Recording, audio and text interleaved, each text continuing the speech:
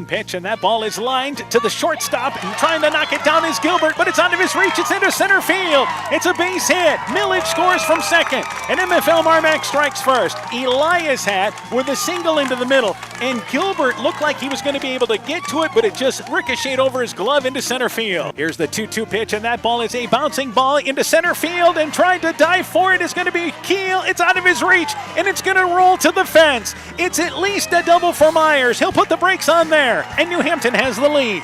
Scoring from third is Ashley. Anderson scores from second, the number 8 score, and New Hampton leads 2-1 here in the fourth. You can also still think about a bunt situation if you want to. Absolutely. There's a curveball, and he looks to lay down a bunt. It's up the third base line, barehanded by McShane. There's the throw, and it goes by the first baseman, Robinson. The second baseman covering the bag. It goes off his glove into right field down the line, and they score a runner from third. And now as New Hampton throws the ball back into the infield, they throw it away at the plate.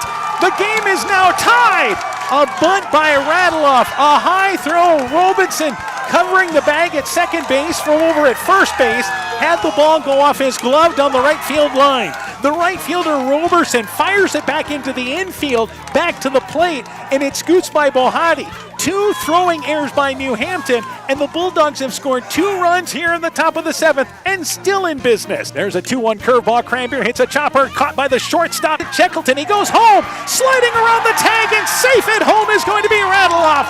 The Bulldogs lead. Shackleton went home, got the high hop, but an errant throw a little bit offline, pulled the catcher Bohati to the left. And a great slide by Radeloff, giving the Bulldogs the lead. 2-2 pitch, and swinging right through it is McShane. MFL MarMac with another rally, and they win the district championship. The Bulldogs are into the sub-state final on Tuesday night. MFL MarMac scores 3 runs in the top of the 7th inning. Cranberry shuts the door in the bottom of the 7th inning. And MFL MarMac 4, New Hampton 3. That's your final score. The best tourney action is on KCTN.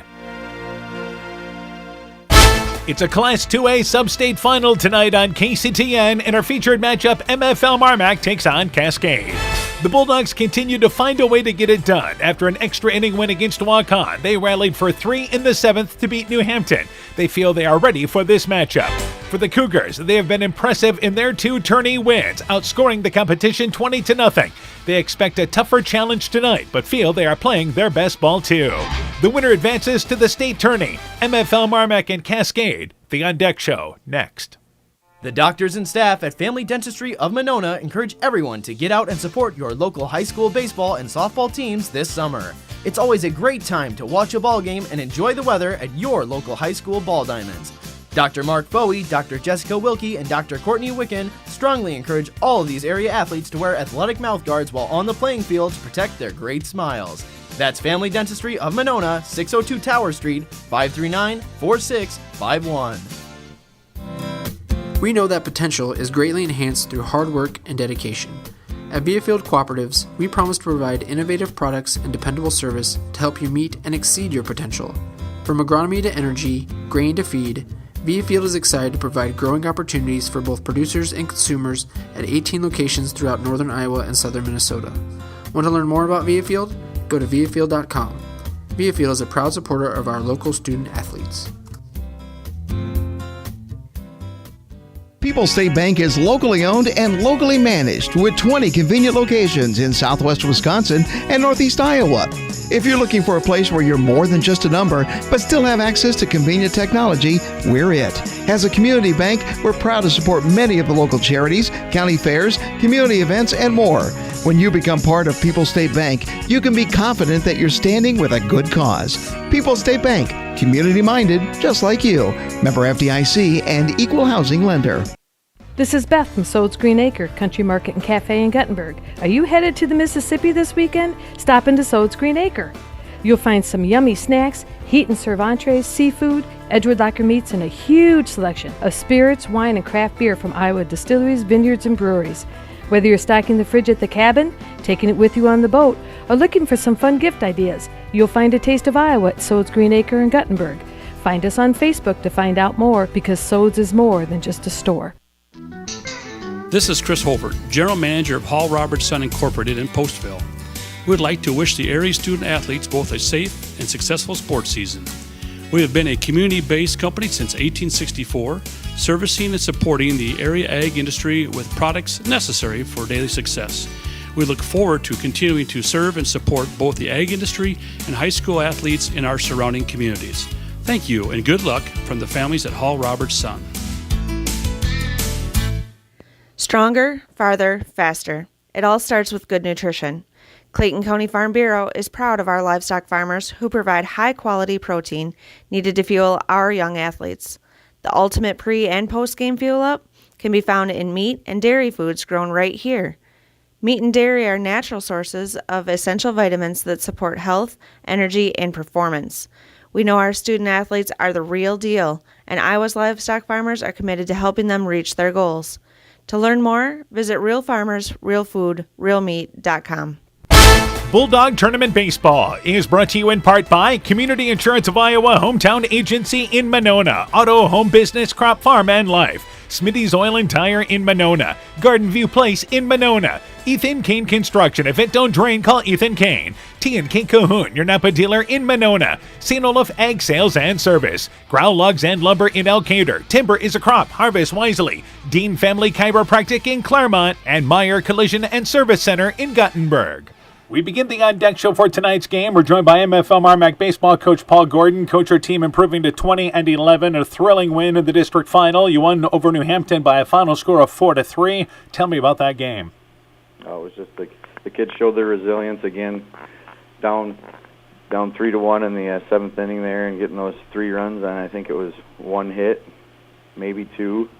The guys bunted well, put the ball in play, just had great situational baseball. Austin Evanson started out the game and started out real good. Gave us a little over 3 solid innings. Nick Cranberry came in to relieve him, and then Ben Cranberry closed out the last 3 innings and struck out McShane to end the game. So it was just an all-around great game, and they really did a good job showing their resilience and not giving up. All right, last out. Let's talk about pitching-wise now, because I know you've got options. Who do you look to start tonight? What's the plan? I think we've been starting Evanson. He's been keeping people off balance. I think we're just going to stick with what's been working. And, I mean, we have everybody eligible, so obviously it's getting late in the season. It'll be short leashes, but I think he's gonna start the game for us. All right, let's talk about offensively. This is a team getting contributions. It was the bottom of the lineup that started the rally the other night. Who are some of the top individuals for you offensively? So far Jacob had 3 hits in that game in our last game. He's up to 4 hits in the playoffs. Elias Hatz really picked it up in the playoffs. He's got 4 hits. Ben Cranberry and Parker Keel both have 3 hits in the playoffs, and Jackson Millage and Austin Schlee have both 2 apiece hits in the playoffs. So it's spread out like it's been all year. Yeah, lots of positive there. All right, let's talk about Cascade. What do you know about the Cougars? They got a good coach, Coach Hummel. I think they only lost 3 guys from their team last year that qualified for the state tournament, playing a really good conference. I think they still have 3 of the teams in their conference are actually still alive in the tournament with Anamosa, Beckman, and them. They don't strike out a lot. They put the ball in play, so we're going to have to make plays. You can't find a weak spot in the lineup. They all, top to bottom, they're all pretty much hitting over 300. They got a good mix of speed in there, and just an all-around good team. All right, you mentioned good defense. What are some of the other keys for MFL MarMac tonight?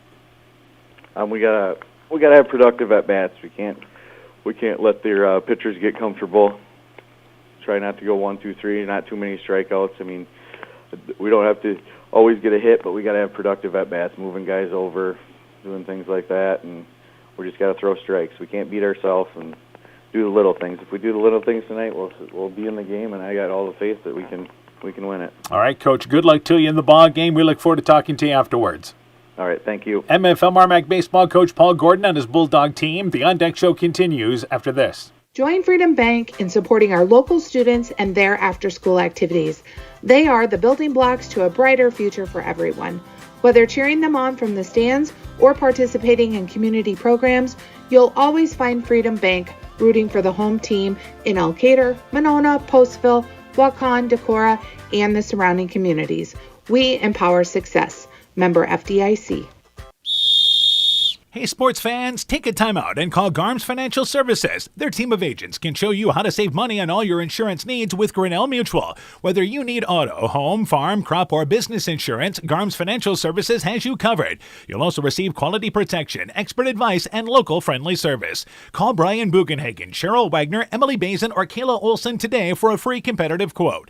Garms Financial Services in Elkader, your trusted choice agency. When I started out in the car business, my dad gave me some good advice. Hi, it's Forrest Brown with the Browns family of dealerships. What my dad told me is when you sell someone their first car, you need a good sales department.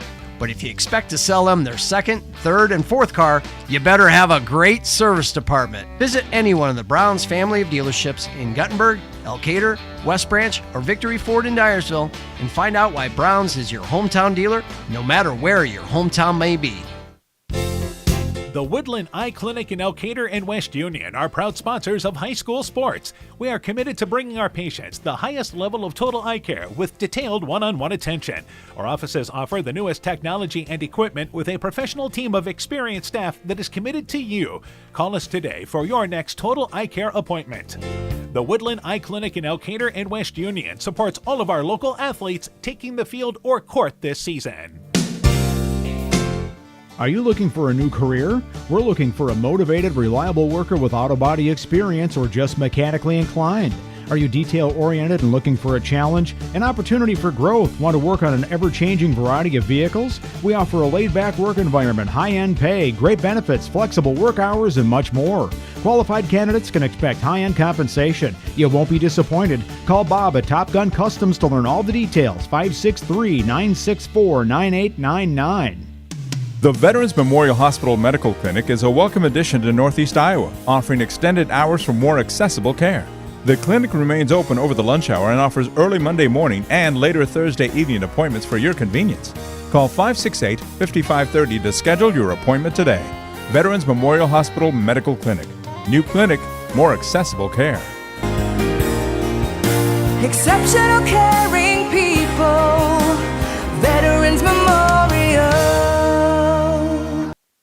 Bulldog Tournament Baseball is brought to you in part by Kanako Floor Covering in Monona, Vorwald Enterprises, Inc. in Monona, Ashbecker Building Supplies in Rossville, Ems Machine and Manufacturing in Monona, Sincerely Yours Interiors by K in Monona, Rise and Shine Nutrition on West Bridge Street in Elkader, Norby's Farm Fleet in Northeast Iowa, Guttenberg Municipal Hospital and Clinic. Check out career opportunities at guttenberghospital.org, and RGK Portable Building, serving Northeast Iowa and Southwest Wisconsin. We continue the on-deck show for tonight's game. We're joined by Cascade baseball coach Roman Hummel. Coach, your team 23-8, an impressive district final win, beat Denver 10-0. Tell me about that game.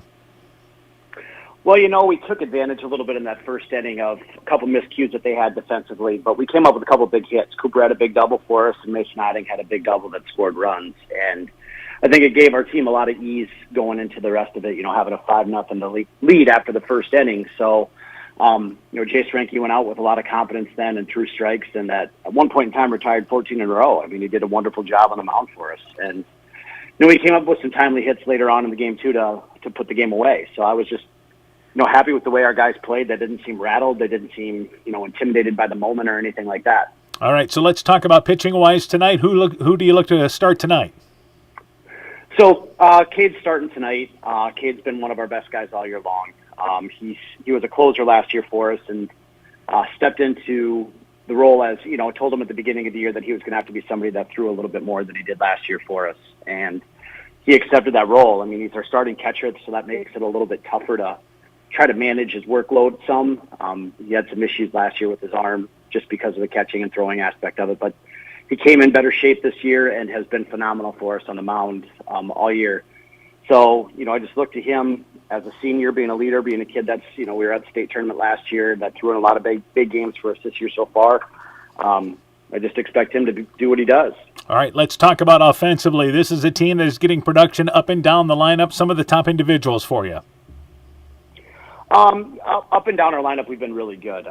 We switched some things up here the last few games. We started leading off Cade. You know, as a pitcher / catcher, we can generally just get a pinch runner, courtesy runner in for him. And he's really set the table for us probably the last, you know, 2-3 weeks anyways, and he's been good, really, really good the last week. And then we, follow that up. I think Cooper's been really good for us at the plate. He's hitting right around 400, but he's got like 14, 15 doubles. It just seems like every game he comes up with a big hit for us. And Mason's done that same thing. He was really big for us at the end of the year last year in our sub-state game with a huge double to get us a lead. And he did that in that district final game to get us a good start with that one. And then, just up and down our lineup, we have guys that just contribute all the time. I look at telling our guys all the time that our 7, 8, 9 have to be a lot better than other teams' 7, 8, 9. And, Will Hush has been a guy down there that's been phenomenal. Nathan Schockenmill's done a great job, and Mick Huffman's done a great job down there as well. And, you can't forget some other guys, too, within that lineup. Sure. Jack Menster's been phenomenal all year. He's probably our biggest power guy that we have in the lineup. And senior leader that's done a wonderful job, too. And Cass Huffman's just a timely hit guy. And then Ty Frazier does a great job at third base for us. Just eats balls up. And he's been in that 4-hole all year long for us and done a good job. All right, turning our attention to MFL MarMac, what do you know about the Bulldogs? It seems as though they're just a really scrappy team. They don't give up. They feel like it just seems like they're on a really good roll right now. They've obviously, when you go into districts, everybody starts out 0-0. We start the season over with, and they've won big games. They beat the 1 and the 2 seed in there in Waukon and New Hampton, so that things are rolling really well for them. So any team that has won those games, especially when they're maybe a little bit of a lower seed when you look at it in those terms, that they're playing with a lot of confidence. And that's just kind of what what you expect at this point is it doesn't matter what the overall record was at the end of the season. It matters where you're at right now. And, they've won all their games. So I'm just, I know they're going to be aggressive. They're a really confident team. They're really big on picking up each other and things like that. So I just, it seems to me like they're very similar to a lot of teams within our conference that we play. So that's one thing that I think we have going for us. Keys in a ball game for your team, then, what do you have to do? We got to throw strikes and make plays. That's the name of the game for us. It's been like that all year long. When we throw strikes, we don't put guys on base, and we make plays, we give ourselves a chance to win. And I think that's what we've been able to do here the last couple of weeks anyways, the role that we had been on. We have thrown a ton of strikes. Our guys don't really put us in tough spots to do anything, and we made all the plays. And obviously we want to win the 2-out hits. We want to win the freebie war, getting guys on base any way that we can. All right, Coach, good luck to you in the ball game. We look forward to talking to you afterwards. All right, thank you much. Cascade baseball coach Roman Hummel on his Cougar team. The On Deck Show continues after this. This is Michael Erickson at Central State Bank. We provide a complete line of lending services to help you get the best out of life. From home mortgages and equity loans to vehicle and personal loans. We have expert lending professionals who will work with you to provide options to address your needs. At Central State Bank, you don't deal with a branch or department, you deal with a banker who is dedicated to you. Central State Bank, member FDIC. Find the perfect gift for birthdays, weddings, and anniversaries at Clayton Drug in Elkader, Strawberry Point, and Sumner. Each store is unique in its own character and design, but all have gift items that would be the perfect gift. Clayton Drug is proud to carry many name brand lines such as Mud Pie, Young Living Oils, Greenleaf Candles, Melissa and Doug Educational Toys and Gifts, CJ Gibson, and many more. Check our Facebook page for shopping specials available at each location. Clayton Drug, connecting the communities of Elkader, Strawberry Point, and Sumner to service all in between. Bodensteiner Implement is your local John Deere dealer with 10 locations in eastern Iowa to serve you. Check out their website, www.bodimp.com, for great deals on new and pre-owned equipment. From turf equipment to agricultural and compact construction equipment, they have solutions for every job. Nothing runs like a Deere, so come run with us at Bodensteiner Implement Company. Bodensteiner Implement is a proud sponsor of all high school sporting events, and we wish all our local athletes great success. Hi, this is Cody from Torkelson Motors in Elgin and Waukon. At Torkelson Motors, we believe that student involvement in activities is a great way to help grow our communities, and we are proud to help sponsor this game for your enjoyment. We've been serving Northeast Iowa since 1926 and appreciate the business that our customers have given us and the support they provide to our area schools and communities. So the next time you are in need of a new or used vehicle or a repair, stop into Torkelson Motors. We've been selling cars the old-fashioned way with a friendly smile and a handshake right here next door in Elgin and Waukon. Your local Touchstone Energy Cooperative is asking members to do the summer shift. No, it's not a dance. Simply reduce your electricity use between the hours of 1 p.m. and 9 p.m. on weekdays. That's when power costs the most. So turn up the thermostat, delay the dishwasher, shift the start of laundry, and you can help keep the electricity rates affordable. This summer savings message is brought to you by your local Touchstone Energy Cooperative, Alameda Clayton, your Touchstone Energy Cooperative. Alameda Clayton Electric, your Touchstone Energy Cooperative. When making up a to-do list, don't forget to include servicing your car at Edie's AC Delco Service Center in Garnavillo. Your car should have the best care, and Edie's will make sure of it. Stop in or call 964-2186 to make an appointment. Tires worn out? Well, Edie's can replace them. Need a tow? Call Edie's at 964-2186. Kay, Lynn, and Todd invite you to stop by and fill your car's tank with fuel at Edie's AC Delco Service Center in Garnavillo. Edie's open 7 a.m. Mondays through Saturdays. Bulldog Tournament Baseball is brought to you in part by the Loena Savings Bank, member FDIC, Fisk Farm and Home in Monona, Cresco, and Decorah, Bruins and James Insurance, your Grinnell Mutual agent in Monona, Culligan Water Conditioning in Elkader, Bacon Concrete and Post Fill, Car Auto Group, online at karautogroup.com. Furniture Showcase and Allwine, lighting showroom, flooring, furniture, and window treatments, and Rivals Inc. Custom gear, screen printing, embroidery, and online shopping at rivalsinc.com. Good evening once again, everybody. How you doing? Dan Barnes along with Coach Mike Sass. We welcome you to Cedar Falls, the Robinson Dressel Sports Complex, in a Class 2A sub-state final. It is MFL, MarMac, and Cascade, the top 10 Cougars and the upstart Bulldogs in the sub-state final, as I'm joined by Coach Sass. Yeah, should be a great game tonight. You can feel the excitement, the tension in the air. This is for a trip to the state tournament. Let's talk about that. Winner of this game goes to Carroll next week and plays in the state tournament. It's a Cascade team that was to the state tournament a year ago, lost 3 seniors from that team, but here they are knocking on the doorstep again. Yeah, they've got a great program down there. Just seem to perennially be good down there, and MFL MarMac kind of an upstart team here. Bulldogs, they come in 20-11. The Cougars are 23-8, and for MFL MarMac, finding a way to get it done has been the story of this team this season. Yeah, you can never count them out. They never give up. They always believe they can win no matter what the situation, and they just keep gutting out these victories. At the 9-inning win against Waukon, which they saw a 3-run lead disappear in the 7th, then scored 3 runs in the top of the 7th the other night to spoil New Hampton's season on a 4-3 comeback victory. Meanwhile, they are led offensively by Ben Cranbeer, batting .361, 5 doubles, a triple, 25 RBIs. Jacob Shellhorn batting .283. He had 3 hits against New Hampton the other night, has a couple of doubles and 20 RBIs. And Jackson Millage, who ironically scored the first run for the Bulldogs, batting .326 with 7 doubles, a triple, and 21 RBIs. It's an offense that has somehow put together enough in this postseason. Yeah, they're not going to come out and hit 3-4 home runs or anything like that, but they're going to play small ball. They're going to use their speed. They're going to get base hits, take advantage of situations, and manufacture runs. The Bulldogs average just over 5 runs a ball game. Cascade averages over 8 runs a ball game. It's a team that has balanced offense up and down the lineup. Cooper Hummel leads them. .417 batting average, 16 doubles, a home run, 27 RBIs. Mason Odding is batting .416 on the season. 7 doubles, 2 triples, 2 home runs, 27 RBIs.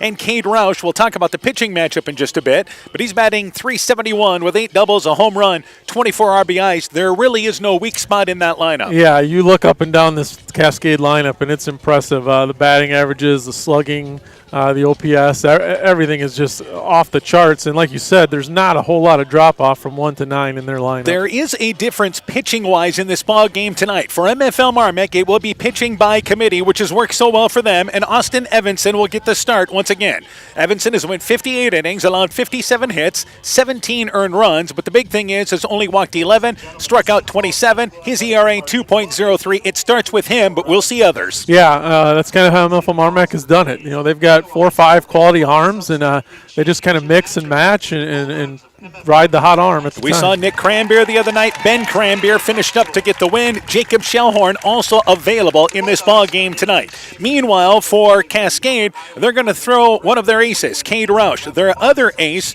is not eligible to throw tonight in Jace Reinke, but that was their plan here. They felt they have 1A and 1B, and it's going to be Roush for 7 innings tonight, or as long as he can go. Yeah, so Cascade's a little different. They just ride those two guys, and we're going to see Roush the whole game or as far as he can take them. What he does is pound the strike zone so he can keep that pitch count below 110 pitches. He has been a good one for them. Let's run down the lineup. First off, for MFL MarMac, Parker Keel, the center fielder, bats leadoff. Jacob Shellhorn, the shortstop, bats second. Ben Cranbeer is the third baseman. He'll bat third. Jackson Millage, the right fielder, bats cleanup. Landon Johnson is the first baseman, batting fifth. Elias Hatt, the left fielder, bats sixth. Austin Schlee is the catcher, batting seventh. Batting eighth is the DH, Braden Gordon. He's DHing for the pitcher, Austin Evanson. And batting ninth is Bryce Radeloff, the second baseman.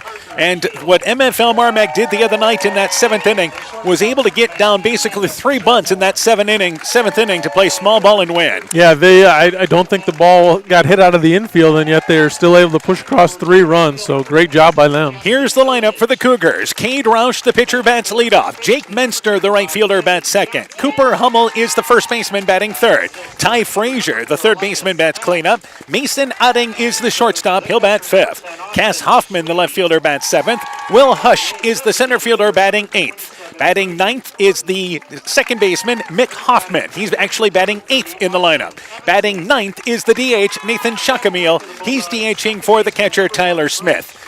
We figure, just like the other night, if MFL MarMac's going to pull this ball game out here, it's got to be a lower scoring ball game. Yeah, they definitely want this, probably be lower than 5 runs for sure if they think they're going to have a chance here. Obviously, in a game like this, it really comes down to making the plays defensively here and throwing strikes. Yeah, and MFL MarMac has done a good job of that, so it shouldn't be any different tonight. We'll take a break. Bulldogs, before we do, we'll mention the Bulldogs are wearing their pinstripe blue pants with the blue top there. They have the white pants with the blue trim. Cougars wearing their white bottoms, and they have the yellow tops with Cascade across the front. MFL MarMac has the Bulldogs across theirs. Going without the vest, it appears, tonight. MFL MarMac, traditionally they wear the yellow vest, and it looks to me like they're going without them tonight. So that's the look for the away Bulldogs and for the home Cascade Cougars. When we return, the opening pitch from Cedar Falls, your 2A sub-state final, coming up next from KCTN Sports. Being good at life means getting your finances together so you can focus on the moments that matter most. With over 175 years of expertise, New York Life Insurance Company provides you with benefits you can enjoy while you're, living. So give your local agents Andrew Reimer or Troy Springer of Guttenberg or Bill Garms in Monona a call. You can reach Andy and Troy at 563-252-2471 or Bill at 563-880-5530. They can help you and your family be good at life. Alpine Communications believes connected communities become thriving communities. We are the local telephone company that became a 21st century communications provider. Alpine provides internet, television, cellular security, and telephone too. We promise personal, timely, reliable service from people who live here. When you choose us, we all thrive. Connect with Alpine Communications today. Click alpinecom.net or call 563-245-4000. Hey, Justin Birdnow here from Birdnow Chevrolet in Monona. I want to take a moment to wish all the local athletes good luck during their game. You have worked incredibly hard and it shows during each game. Myself and the entire Birdnow Chevrolet Monona team is wishing you all that you do your best and good luck. Epic Wear. Get personalized clothing for your school, your team, family, friends, business, or any event. Epic Wear has a huge range of customizable apparel, trophies, and awards, and they offer free design help or design your own apparel at getepicwear.com. And you can even set up a free web store for your fundraiser. Make sure to check out the selection of Bulldog Spirit Wear and Iowa-themed items at the Monona location. Epic Wear, located in downtown Monona and Waukon. Call 563-539-2300 to place your order today. Elkader Tax and Bookkeeping are proud supporters of all of our local high school sports teams. We want to wish everyone the best of luck on their season. We are here for all of your tax, payroll, and bookkeeping needs. Give us a call at 563-245-2154. Again, that number is 563-245-2154. Thank you from Kurt, Steve, Carol, Josie, and Elkader Tax and Bookkeeping, located in downtown Elkader. Bulldog Tournament Baseball is brought to you in part by TJ's Pizza in Monona and Claremont, Myers Auto Service in Monona, Clayton County Recycling, Thompson Construction and Monona Overhead Door, LTI & Sons Water Conditioning, your Connecticut dealer in Postville, and Farmer Savings Bank of Colesburg, Elkport Garber, Strawberry Point, and Arlington.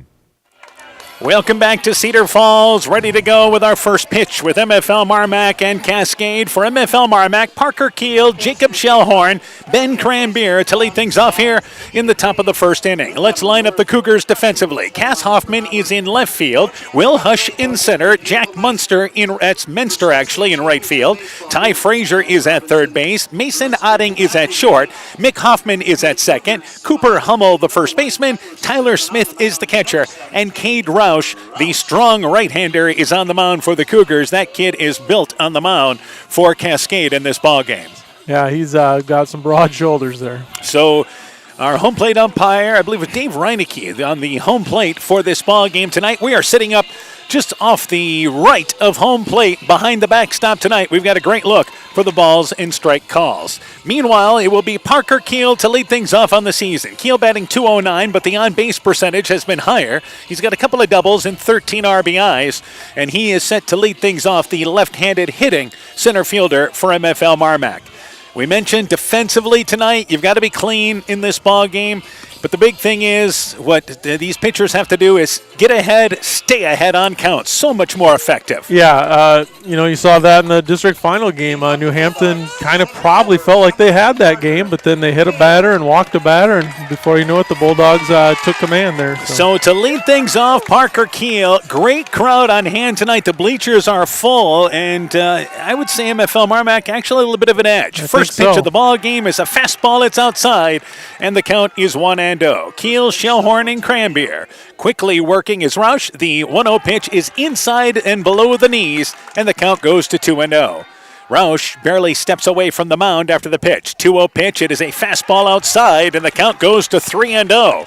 So he gets the ball on the mound, takes a step, and fires. 3-0 pitch, and squaring to bunt, but bluffing and taking the pitch all the way is Keel, and the count goes to 3-1. Roush trying to battle back. 3-1 fastball, and grooves another one right down the middle of the plate. And taking 2 strikes is Keel, and the count is now full. 3 balls, 2 strikes. There's a fastball swinging right through it is Keel. Fell down 3-0, brought 3 fastballs right across the middle of the plate. And it's 1 up and a strikeout for MFL MarMac in the top of the first. Yeah, and like you said, he wastes no time on the mound. We've seen some kids work fast, but this is a whole new level of fast. Jacob Shellhorn, 283, 2 doubles, 20 RBIs. Took the first pitch, curveball, missed inside for a ball. The count is 1-0. But I love the delivery there by Roush. 1-0 pitch, fastball, and that's lifted into left field. But now the shortstop going back there in Otting, and he's going to reach up for it, running with his back towards the infield, and it falls out of his reach in front of the left fielder Hoffman. Shellhorn able to fist one into left field, and the Bulldogs have their first hit, a 1-out base runner. Yeah, got a base runner early. Let's see if they can push one across here. Ben Cranbeer is up to bat. Cranbeer, 361, 5 doubles, a triple, 25 RBIs. Shellhorn, a smart base runner, but he's just 7 of 9 stealing-wise this year. There's a fastball, and Cranbeer lifts that into center field, but that's shallow center field. Will Hush able to come in about mid-center field area there, halfway between the infield and the outfield fence, able to track it down easily. Cranbeer flies out softly to center field for the second out. Yeah, that one just kind of hung up in the air for an easy play for the center fielder. So a runner on first base with 2 outs. Jackson Millage batting .326, 7 doubles, a triple, and 21 RBIs. With 2 outs, maybe Shellhorn more of a threat to run. As working from the stretch again is Roush, and that ball fouled up to the MFL MarMac on deck circle at the first base side. The count is 0-1. We do know that Roush averages less than a strikeout an inning, but he is throwing some tough competition this year. Overthrows the fastball there, and a nice scoop by Smith on the low pitch in the dirt, and it goes to a ball and a strike. 34 innings is what Roush has thrown this year, 27 strikeouts.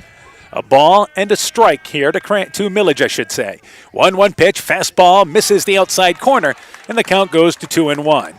But there's 3 teams in that River Valley North Conference that are playing tonight. Yeah, so a lot of good competition there. 2-1 pitch, and that ball's lined into center field. Ranging over towards right center field is Will Hush. Got a good jump on it. Millage lines out to shallow center field, and that does it for MFL MarMac. No runs a hit. They leave a runner. We've played 1/2 inning. MFL MarMac nothing. Cascade coming up to bat. Wilkie's in Elkader is Iowa's oldest family-owned grocery store. You'll find Wilkie's 2 blocks south of the Keystone Bridge in historic downtown Elkader. Stop in and enroll for a Wilkie's reward card and receive points every time you shop. Then log on to their website at wilkiesgrocery.com to view the weekly specials, check out your reward points, make out a shopping list, and more. Wilkie's in Elkader, open Monday through Saturday, 8 a.m. till 7 p.m. TNT Power Sports sells and services all makes and models of UTVs and ATVs. We have a nice selection of clean used units available along with new units. Contact Brian, Sawyer, or Tracy for your next UTV or ATV purchase. To keep your UTV or ATV in top-notch condition for work or play, schedule your service work with Brian or Nathan by calling 563-245-1100 or stop into TNT Power Sports north of Elkader on Highway 13 for all your sales or service work. Broadband is more important and versatile than ever, and you no longer need a home phone to utilize Neat's fiber broadband service. Freedom plans are now available to all subscribers on Neat's fiber network in and around Farmersburg, Luena, Monona, Postville, and St. Olaf. With speeds up to 250 meg, Neat's managed Wi-Fi is also included at no additional cost. Call today for more information on Neat's new Freedom plans and enjoy reliable, super-fast broadband internet service from Neat. Call us at 539-2122 today to discuss which Freedom plan is best for you. Neat, connecting you now. Cade Roush, Jack Menster, Cooper Hummel to lead things off. First pitch, a ball, a 1-0 fastball that is high, and the count goes to 2-0. So Roush batting .371, 8 doubles, a home run, 24 RBIs. This is just a recent switch for Cascade, moving him to the top of the lineup. 2-0 pitch, takes a pitch outside, and the count goes to 3-0. So Austin Evanson went into the 4th inning in the ball game the other night. Falls behind 3-0 on Cade Roush to start things in the bottom of the 1st inning. He'll try to come back, much like Roush did in his first batter he faced. But this is ball number 4. This is inside, and it's a leadoff walk to Cade Roush on 4 pitches. Yeah, maybe a little nerves by Evanson. We'll have to see. So Jack Menster is up to bat, the number 2 hitter. Menster batting .320. They will have a runner brought in. That will be number 6 coming in to run for Cascade. And the courtesy runner for them is Jake Hush. So spelled Hosh, but pronounced Hush. Hush is the courtesy runner for the pitcher. Jack Menster on the season, .320, 6 doubles, 2 triples, 3 home runs, 23 RBIs, the left-handed hitting right fielder. Short lead at first base by Hush. Evanson from the stretch. And here is the first pitch there to Menster. And that pitch is outside away. And the count goes to 1-0. So we talk about no free passes here. And Evanson, the senior, just trying to find the strike zone here early. Yeah, a little struggle early. 1-0, squaring to bunt and taking a curveball for a strike is Menster. Good confidence there by Evanson. Got that across on the inside, and the count goes to 1-1. Menster wants to make sure that Evanson threw him a strike. Yeah, I think that was just a distraction bunt there. But a ball and a strike. Short lead at first, 1-1 pitch, and there's a breaking ball outside out of the strike zone, though, away, and the count goes to 2-1. Menster, the top power hitter, but as we mentioned, I think there's only one guy in the Cascade lineup below 300 batting-wise this year. And he's slugging well. 2-1 pitch here is a high pump-up. This is near the Cascade dugout. Schlee and Cranberg give chase, but that'll hit the foul pole. Actually hit a light pole out in foul territory, out of play, and it's 2 balls and 2 strikes. So the count evened up now. One thing about this ballpark, it's 375 to center, 355 in the alleys, 325 down the lines, but it is huge in the outfield, and there is plenty of foul territory room all the way around. Yeah, huge behind the plate here. 2 balls, 2 strikes, 2-2 pitch. Here's the high chopper, first baseman Johnson. He's going to go to second. They'll get the force there. Holding the ball is Shellhorn in a good decision.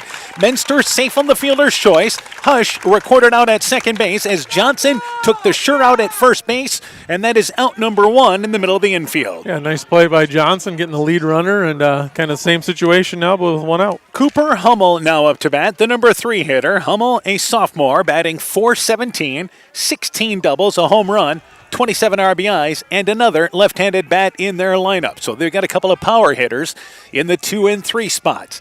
Good speed with Menster over there at first base. There's a fastball, there's a strike, and the count is 0-1.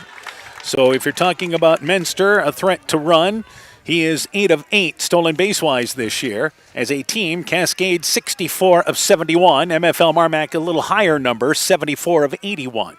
0-1 is the count. Good job by Evanson getting ahead and swinging through a breaking ball there is Hummel. And the count goes to 0-2, a little something off from Evanson. Yeah, it looks like after that first batter, he's kind of settling in here. Where Roush throws harder than Evanson, Evanson does such a good job keeping hitters off balance. 0-2 is the count with 1 out. So he's ahead. Here's the 0-2 curveball, bouncing ball. That's to the second baseman, Radloff. They'll go to second base. They'll get the force there. They try to turn 2, and it is from Shellhorn over to the first baseman, Johnson. They turn the double play up the middle. So Hummel bounces out 4-6-3, and that does it for the Cougars. No runs. They end up with no hits. They leave nobody. We've played 1 inning. No score with MFL MarMac and Cascade. You work hard to make sure your family has everything they need. Life insurance from American Family Life Insurance Company can help financially protect your loved ones by replacing a portion of your income if you were to pass away. That means your family will have the help they need to maintain their quality of life and pursue their dreams. Get the peace of mind you deserve by protecting what matters most. Contact Julie Depke, agent at 563-245-2366 today. American Family Life Insurance Company, 6000 American Parkway, Madison, Wisconsin. Bulldog Tournament Baseball is brought to you in part by Community Insurance of Iowa, Hometown Agency in Monona, Auto, Home Business, Crop Farm, and Life, Smitty's Oil and Tire in Monona, Garden View Place in Monona, Ethan Kane Construction. If it don't drain, call Ethan Kane. T&K Cahoon, your Napa dealer in Monona, St. Olaf Ag Sales and Service, Growl Logs and Lumber in Elkader, Timber is a Crop, Harvest Wisely, Dean Family Chiropractic in Claremont, and Meyer Collision and Service Center in Gothenburg. So 4-6-3 double play to close things in the bottom of the first inning. And on that play, on that pitch, Bryce Radloff had actually just moved over a step to the right, and the ground ball hit right to him by Hummel that led to that double play. Yeah, great positioning there by the Bulldog defense. So Landon Johnson, Elias had Austin Schlee, and that'll be 5, 6, and 7 in the Bulldog lineup in the top of the second inning. Here's a fastball and a high chopper up the third base line, fielded in foul territory as it bounced late in front of the bag to Ty Frazier, the third baseman. The count goes to 0-1. Landon Johnson on the season is batting .236, 6 doubles, 2 triples, 21 RBIs.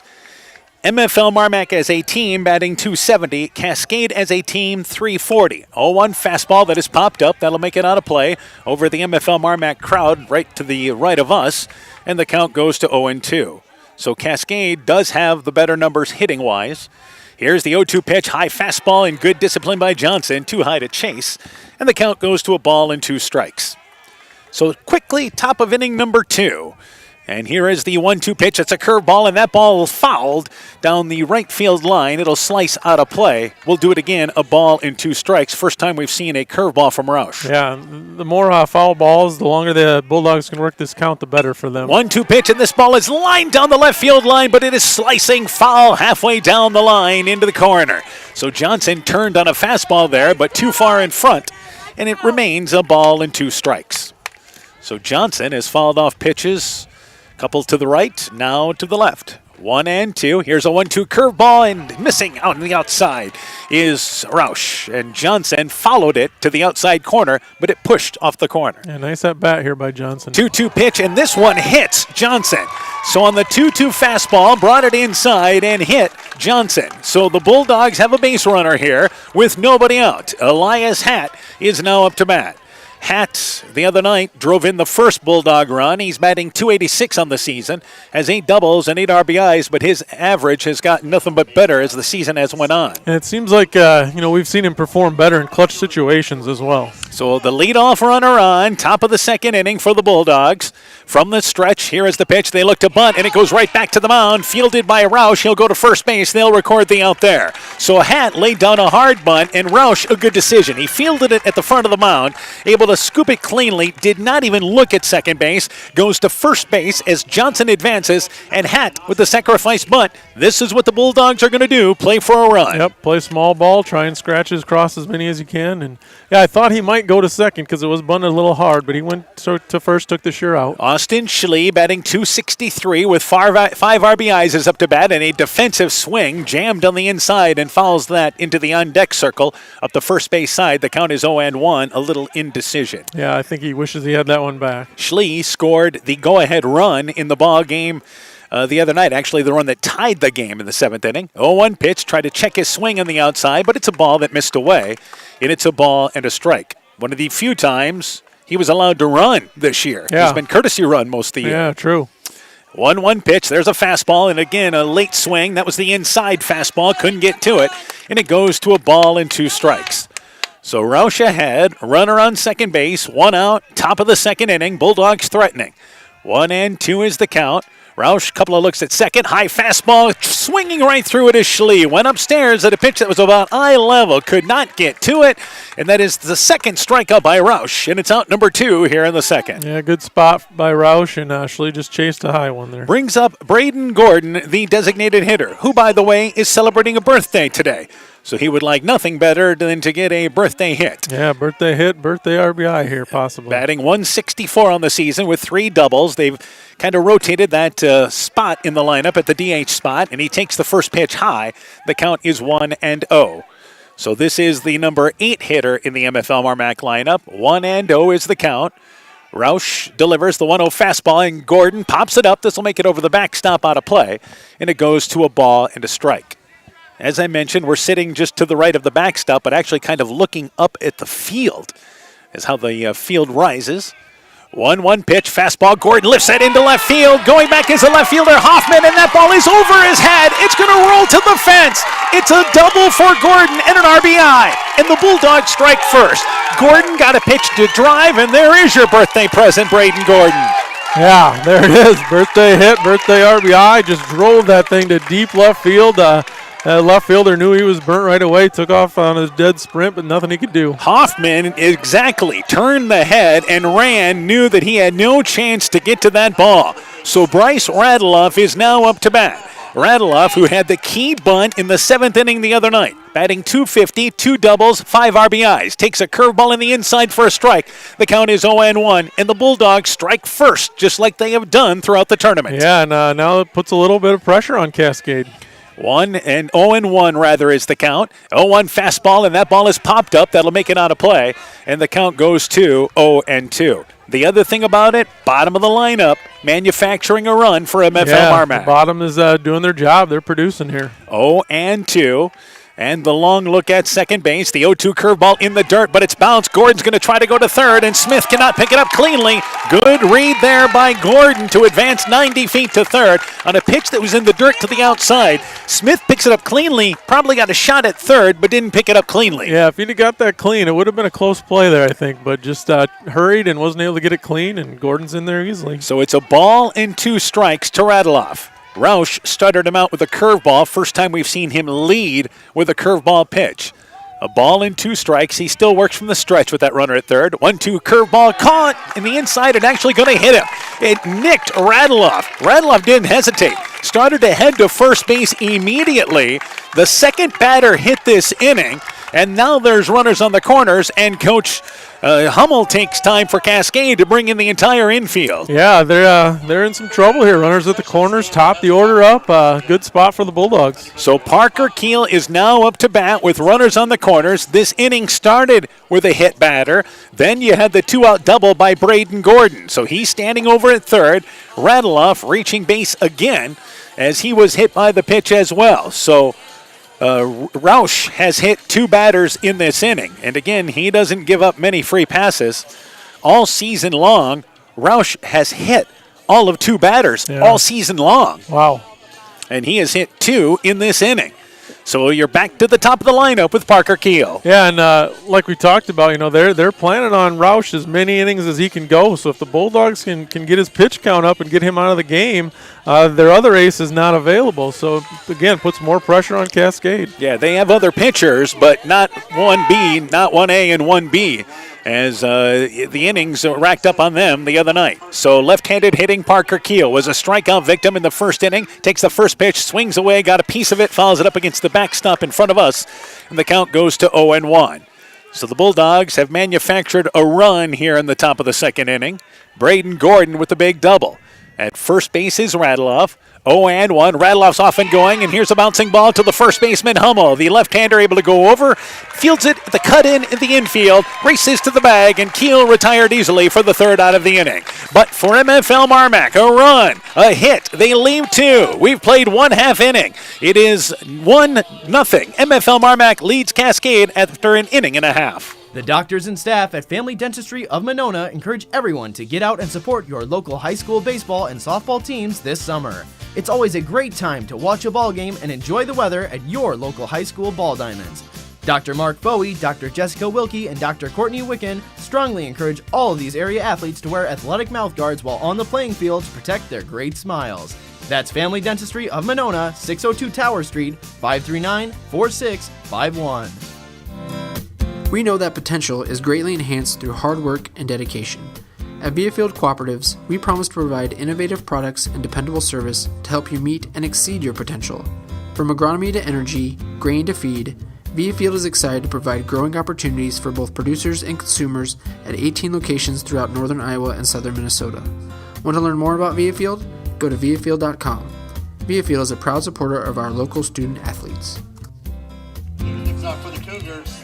So we go now to the bottom of the second inning. Ty Frazier, Mason Odding, Cass Hoffman. That will be 4, 5, and 6 in the Cougars lineup to lead things off here in the bottom of the second inning. Frazier, 333, 4 doubles, 3 triples, a home run, 24 RBIs. First pitch from Evanson. It is a breaking ball that stayed upstairs, and the count is 1-0. How about the decision tonight to put Braden Gordon back in the lineup at DH? Yeah, great decision by Coach Gordon there. 1-0 pitch. Here's another curveball, and this is a high pop up in the infield. Second baseman Bryce Radiloff comes into the edge of the infield, takes a step in at second base, and Frazier hits a major league pop up to second base, and it's 1 up and 1 down here in the bottom of the second. Yeah, Evanson's kind of got them off on their front foot here, got them off balance, and seeing some pop-ups. Mason Odding up to bat, batting .416, 7 doubles, 3 triples, 2 home runs, 27 RBIs. This is the 5-hitter in the lineup. Evanson delivers the first pitch, and it is a fastball strike on the outside. The count is 1-0. Evanson not overpowering, but really mixes things up well. Yep. 0-1 pitch, and the 0-1 curveball reaching out for it and slamming that into left field is Odding. Reached down in front of it, but put it between short and third into left field. That's the first base hit for the Cougars. It's a 1-out single for Odding. So again, yeah, I think Evanson had him out on his front foot, but good job by Odding just to stick with it and slap it by the third baseman. Cass Hoffman is up to bat, batting .327, 3 doubles, 15 RBIs on the season. So Odding is 13 of 15 stolen base-wise this year. The count is was 0-1 when Odding slammed that pitch between short and third. There's a fastball ducking, and the inside pitch there is Hoffman. The count goes to 1-0. So the Bulldogs lead 1-0, 1 out, bottom of the second inning. And a short lead at first base for Odding. I'd say about 3 steps. Here's a curveball, and that's lifted down the left field line. Elias Hatt giving chase near the line in fair territory, tracks it down, sticks the glove up, catches it crossing into foul territory. Hoffman flies out halfway down the left field line, and that's out number 2. Yeah, Hatt made that look easy, but again, they've got a lot of speed in that outfield, and they can cover a lot of ground out there. Will Hush, the center fielder, is up to bat. Hush, 287, 8 doubles, 2 triples, a home run, 24 RBIs, but now 2 outs and a runner at first base for the Cougars. Hush is the number 7 hitter in the lineup. Hits a bouncing ball. That's between short and third, and that's into left field for a base hit. Second hit for the Cougars. Runners on second and first as Odding just puts the brakes on at second. And with 2 outs, Mick Hoffman, the second baseman, is up to bat. Hoffman batting .333 with 4 doubles. And again, he has 10 RBIs on the season. This is what Evanston forces opponents to do, string together hits. Yeah, yep, and he keeps them off balance. You don't see guys hit it extremely hard off of him very often. And the first pitch to Hoffman takes a curveball. It's a strike on the outside. The count is 0-1. Otting at second. Hush is at first. 2 outs, bottom of inning number 2. And quickly, Evanston delivers the 0-1 pitch. There's a curveball reaching out for it, hitting a bouncing ball to the second baseman, Radeloff. He fields it there to the right. Hoffman bounces out to second, and that does it for the Cougars in the bottom of the second inning. No runs, 2 hits. They strand 2. We've played 2. Bulldogs lead 1-0. People's State Bank is locally owned and locally managed with 20 convenient locations in southwest Wisconsin and northeast Iowa. If you're looking for a place where you're more than just a number, but still have access to convenient technology, we're it. As a community bank, we're proud to support many of the local charities, county fairs, community events, and more. When you become part of People's State Bank, you can be confident that you're standing with a good cause. People's State Bank, community-minded, just like you. Member FDIC and equal housing lender. Bulldog Tournament Baseball is brought to you in part by Kanako Floor Covering in Monona, Vorwald Enterprises, Inc. in Monona, Ashbecker Building Supplies in Rossville, Ems Machine and Manufacturing in Monona, Sincerely Yours Interiors by K in Monona, Rise and Shine Nutrition on West Bridge Street in Elkader, Norby's Farm Fleet in Northeast Iowa, Guttenberg Municipal Hospital and Clinic. Check out career opportunities at guttenberghospital.org, and RGK Portable Building, serving Northeast Iowa and Southwest Wisconsin. So we now go to the top of the third inning. Jacob Shellhorn, Ben Cranbeer, and it will also be Jackson Millage to lead things off. And Shellhorn singled his first at-bat. MFL MarMac, a run, 2 hits, no errors. Cascade, no runs, 2 hits, no errors. First pitch there, missing outside is Roush, and the count goes to 1-1. 2-hitter in the lineup, 1-0 pitch, and that ball popped up out of play down the first baseline and well out of play, and it goes to a ball and a strike. Cougars threaten in the bottom of the second, but again, Evanston able to get out of it on a ground ball to second. 1-1 curveball and a nice bender by Roush as Shellhorn backed up just a little bit as it broke across the plate, and the count goes to 1-2. Yeah, buckled him just a little bit. 1-2 curveball. Here's a bouncing ball right side of the infield. Hoffman, the second baseman, reaches over towards the second base bag to his right, fields the ground ball, throws out Shellhorn, and it's 1 up and 1 down as Shellhorn bounces out 4-3 for out number 1. Yeah, those are some good pitches I saw there by Roush. So Ben Cranbeer is up to bat. Cranbeer flew out to center field his last at-bat. So he is 0 for 1, the 3-hitter for the Bulldogs. And Roush fires away on the mound. There's a curveball outside, and the count goes to 1-0. Roush throws harder than Evanston does. His curveball, similar though. 1-0 pitch, fastball, and reaching out for it again is Cranbeer. Hits a bouncing ball right side of the infield, right back to Hoffman. Almost the same spot where Cranbeer hit it. And fielding it is Hoffman, flips it to the first baseman, Hummel, and it's 2 up and 2 quick outs here in the top of the third. Yeah, 2 almost identically hit balls there, and good play by Hoffman at second. Jackson Millage is up to bat. Millage flew out to center field. So just like that, 2 outs in the top of the third inning with the Bulldogs leading 1-0. And here is the offering from Roush, and fastball jammed Millage, and ducking out of the way in the on-deck circle is Johnson. But that one cleared the dugout up the first base side. The count is 0-1. Roush's 0-1 delivery. There's a curveball on the inside. The count goes to 1-1, and this is the inning that you're used to seeing Roush. Not a ton of pitches. Yeah, he threw 21 last inning, so we'd like a little quicker inning here. 1-1 pitch. There's a fastball in the inside, and the count goes to a ball and 2 strikes. So 1-2 the count with 2 outs to Millage, and that curveball was a nasty one. 1-2 pitch. There's a curveball. Millage slams it to the first baseman, Hummel, who digs down the glove there, picks it out of the dirt. Off to his right, fielded it, steps on the bag for the third out of the inning, fielding his position well. Hummel on that line ground ball to first to end things. Bulldogs go down in order. We go to the bottom of the third. 1-0, MFL MarMac in the lead. This is Beth from Sodes Green Acre, Country Market and Cafe in Guttenberg. Are you headed to the Mississippi this weekend? Stop into Sodes Green Acre. You'll find some yummy snacks, heat and serve entrees, seafood, Edgewood Locker meats, and a huge selection of spirits, wine, and craft beer from Iowa distilleries, vineyards, and breweries. Whether you're stocking the fridge at the cabin, taking it with you on the boat, or looking for some fun gift ideas, you'll find a taste of Iowa at Sodes Green Acre in Guttenberg. Find us on Facebook to find out more, because Sodes is more than just a store. This is Chris Holbert, General Manager of Hall Roberts Son Incorporated in Postville. We would like to wish the area student athletes both a safe and successful sports season. We have been a community-based company since 1864, servicing and supporting the area ag industry with products necessary for daily success.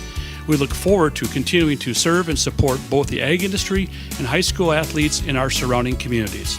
Thank you and good luck from the families at Hall Roberts Son.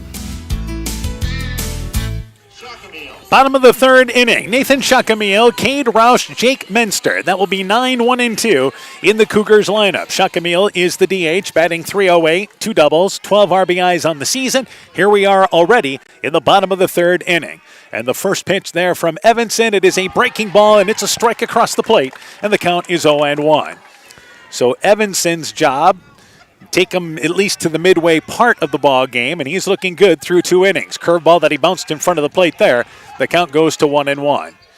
And MFL MarMac has every arm available for them in this ball game tonight.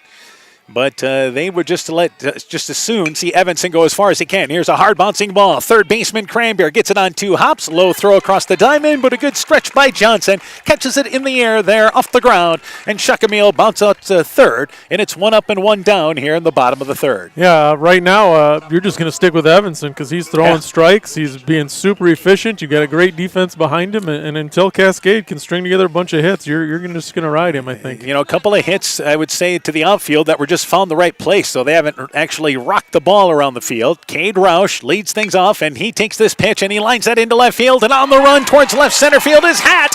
Good jump on the ball and tracks it down on the fly. That was probably the hardest hit ball by Roush, who had walked in his previous at-bat, but he lines out to left center field for out number 2. Yeah, definitely the hardest hit ball, and again, a great jump by Hatt, and again, showing the speed in the outfield by the Bulldogs. Hatt has thrown out runners at home against Waukon and did it the other night against New Hampton, so he has been stellar defensively. Left-handed hitting Jack Menster is up to bat. Menster takes the first pitch and he lines that down the right field line, and that ball is going to hook foul as he was able to get around on the inside fastball. Menster hit it to a fielder's choice his last at-bat, but just like that, there's 2 outs in the bottom of the third. Yeah, two real quick outs. I will say the last couple batters are hitting a little more solid on Evanson. And 2 outs, though. 0-1 is the count. This is where Menster and Hummel back-to-back left-handed bats for the Cougars. They're only left-handed bats in the lineup. 0-1 pitch, and Menster ropes that into right field, and on the run is the right fielder, Millage. Millage can't get to it. Menster's going to have 2. He turns the corner at 1. He'll go to second base standing up. It's a 2-out double. Menster takes it into right center field. Good effort by Millage. He just couldn't get the ball cut off, though. And they were able to get it back into the infield, but a runner in scoring position for the Cougars. Yeah, just right into that right center field gap. That's just good hitting by Menster there. Time taken by Menster at second base as he will take off his batting gloves and will run without them. Cooper Hummel is up to bat. Hummel bounced into a double play his last at-bat, so he is 0 for 1. So a 2-out situation for the Cougars. Runner in scoring position here in the bottom of the third, trying to tie it up. Hummel, the 3 spot in the lineup. Shellhorn will hold the runner at second base. Evanson from the stretch. And a couple of looks, comes to the plate, and a high fastball that is a high fly ball to deep center field. Parker Keel on the run and able to track it down in front of the fence near the 375 sign. Keel covering ground, tracks it down on the run, and Hummel denied extra bases. So for the Cougars, no runs, a hit. They leave a runner. Bulldogs playing stellar defense. 1-0, they have the lead. Stronger, farther, faster. It all starts with good nutrition. Clayton County Farm Bureau is proud of our livestock farmers who provide high-quality protein needed to fuel our young athletes. The ultimate pre- and post-game fuel-up can be found in meat and dairy foods grown right here. Meat and dairy are natural sources of essential vitamins that support health, energy, and performance. We know our student athletes are the real deal, and Iowa's livestock farmers are committed to helping them reach their goals. To learn more, visit realfarmersrealfoodrealmeat.com. Bulldog Tournament Baseball is brought to you in part by the Loena Savings Bank, member FDIC, Fisk Farm and Home in Monona, Cresco, and Decorah, Bruins and James Insurance, your Grinnell Mutual agent in Monona, Culligan Water Conditioning in Elkader, Bacon Concrete and Post Fill, Car Auto Group, online at karautogroup.com. Furniture Showcase and All Wine, lighting showroom, flooring, furniture, and window treatments, and Rivals Inc. Custom gear, screen printing, embroidery, and online shopping at rivalsinc.com.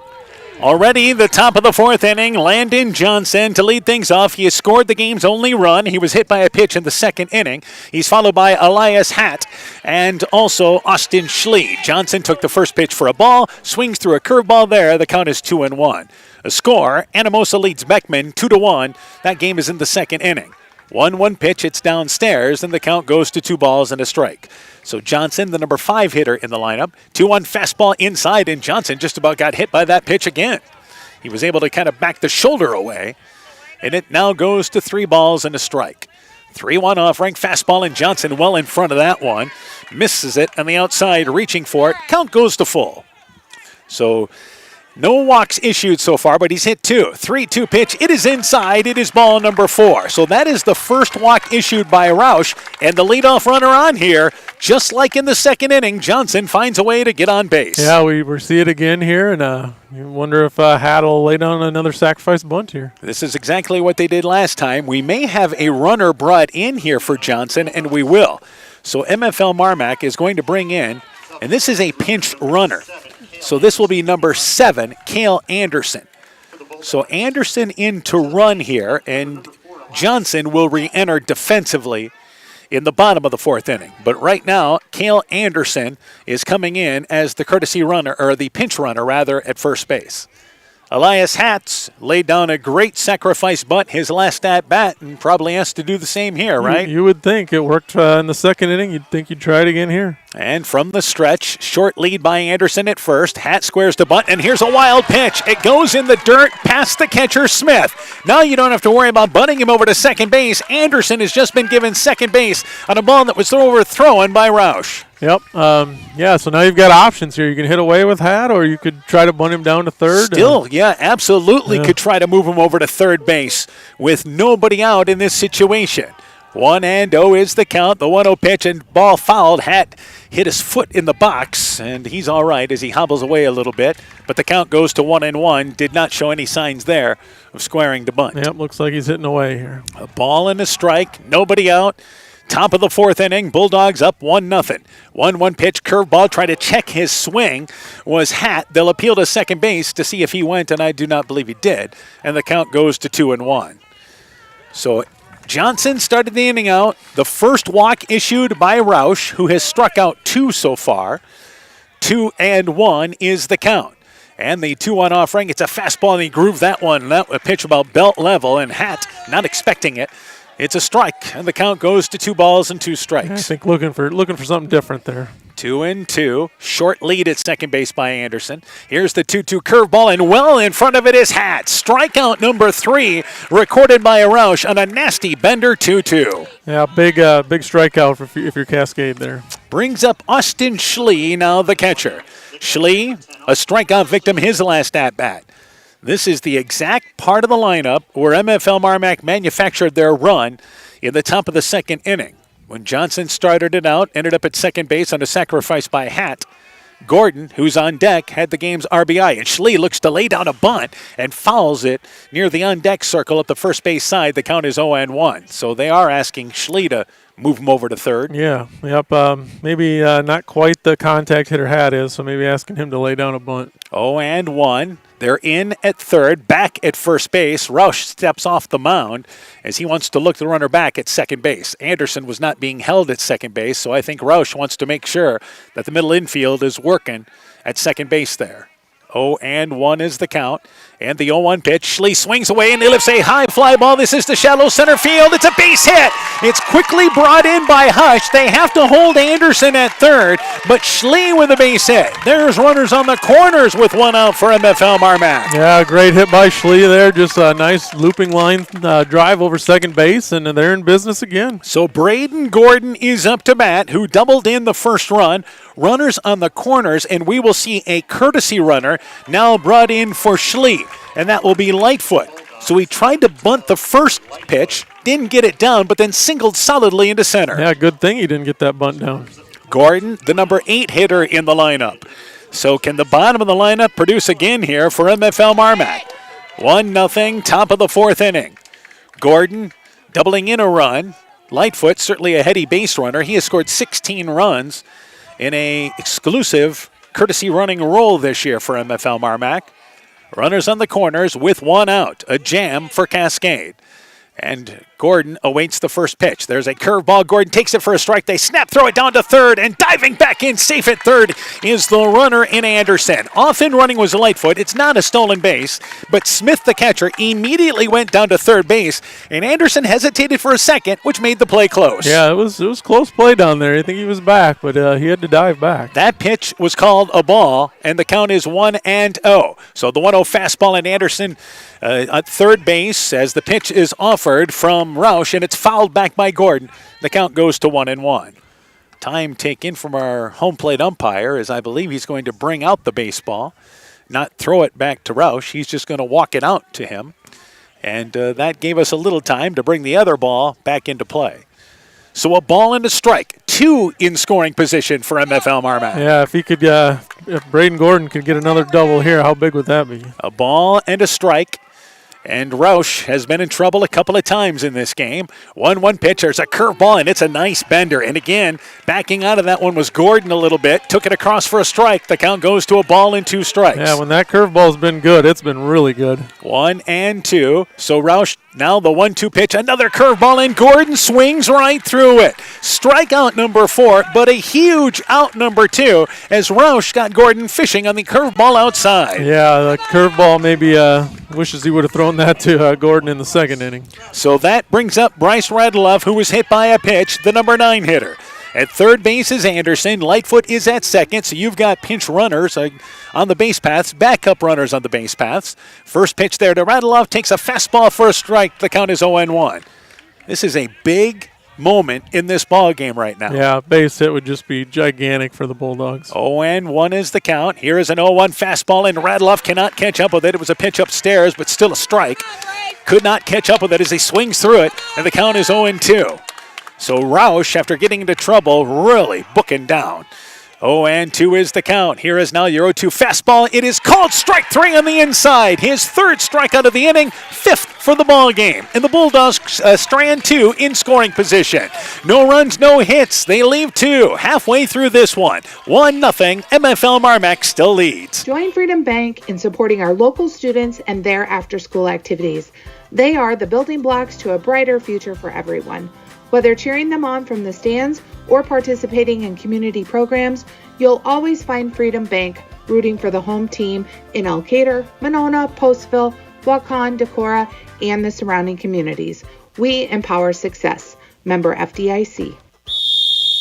Hey sports fans, take a time out and call Garms Financial Services. Their team of agents can show you how to save money on all your insurance needs with Grinnell Mutual. Whether you need auto, home, farm, crop, or business insurance, Garms Financial Services has you covered. You'll also receive quality protection, expert advice, and local friendly service. Call Brian Bugenhagen, Cheryl Wagner, Emily Bazin, or Kayla Olson today for a free competitive quote. Garms Financial Services in Elkader, your trusted choice agency. Already, bottom of the 4th inning, MFL MarMac leads 1-0. Ty Frazier, Mason Odding, Cass Hoffman. That will be 4, 5, and 6 in the Cougars lineup here in the bottom of the 4th inning, with MFL MarMac leading by a score of 1-0. Bulldogs, 1 run, 3 hits, no errors. Cougars, no runs, 3 hits, no errors. Frazier, the first pitch there, he is hit by the pitch. Evanson entering his 4th inning of work. That is the first batter he has hit. He has walked one, but the leadoff runner on for the Cougars here in the bottom of the 4th. Yeah, that could be trouble here. We'll see. It's never good to get that leadoff batter on. Remember, the Bulldogs scored their run when a batter was hit to lead off the inning. So Mason Odding is now up to bat. Odding has one of the 3 hits for the Cougars. So bottom of the 4th inning, Evanson from the stretch. Looks back at first base a couple of times, comes to the plate. They look to bunt, but trying to actually bunt for a hit is Odding, and he fouls it back. It'll roll to the backstop, and it is a strike. The count is 0-1. That wasn't a sacrifice, as Cranbeer was coming charging in from third. Yeah, and Odding was trying to run as he was bunting that, so he was bunt for a hit there. Frazier, only 4 stolen bases this year, 4 of 6, but I think the Cougars still would like to move him into scoring position here, and it should be if they look to square to bunt again. 0-1 is the count. Odding, certainly a good average. 0-1 pitch, looks to bunt, trying to sacrifice, and he fouls it up the third base line, and it's gloved by Schlee as he goes about a quarter of the way up the line to continue to roll towards the on-deck circle. Schlee picks it up there, and Odding will have to now, with 2 strikes, try to make contact. Yeah, I think so. And you just wonder with Otting's batting average and slugging percentage and everything, I wonder how many times he's been asked to bunt this year. And the count is 0-2. Now he'll have to be a good two-strike hitter. He's a .416 hitter on the season, so he has been good no matter what the count. 0-2 is the count. Evanson looks back, the 0-2 pitch, fastball, and that ball's lined into left field. Hatt falls in front of him, but it one hops to the left fielder. Otting has his second base hit. There's runners on second and first, and there is nobody out for Cascade here in the bottom of the fourth. Yeah, and Evanson's starting to get hit a little bit. I wonder if Coach Gordon's going to think about going to the bullpen anytime And soon again, here. this is the second time through the lineup now for the Cougars. So Cass Hoffman is up to bat. Otting gets a base hit and still does his job. Moves the runner into scoring position. Didn't get the bunt down. Still a productive at-bat. Yeah, we'll see if bottom of Cascade's order can produce here. Cass Hoffman flew out to left field. Gets the long signs from Coach Hummel down the third base line. Schlee comes out to mention what he wants the defense to do here. And Radeloff at second base gives a sign back. They're all clear. Evanson in a jam in the bottom of the fourth inning. Hoffman, as we mentioned, flew out to left field. First pitch looks to bunt, stabbed at it, missed it, way off of second base, and drawing a throw into center field now is Frazier. He'll go to third, and advancing to second is Otting. Schlee threw down after Frazier stopped halfway between second and third, but the throw sails into center field. Frazier goes to third, into second base is Otting on the first pitch on the bunt attempt, and the count is 0-1, and Coach Gordon takes time for MFL MarMac. Yeah, and that's just unfortunate because Schlee made the right play there. Frazier was well off the bag, and I think they would have had him picked off there and just sailed on him just a little bit into the outfield. Cass Hoffman was a poor bunt attempt at a pitch that was up in the strikes. I mean, it was a tough pitch. It was at the front of the plate where he tried to reach out for it. Yeah. So he was up in the box, missed it, and Frazier basically stopped trying to go halfway between second and third, but Schlee went to second base there and overshot second base, which allows everybody else to move the rest of the way ahead.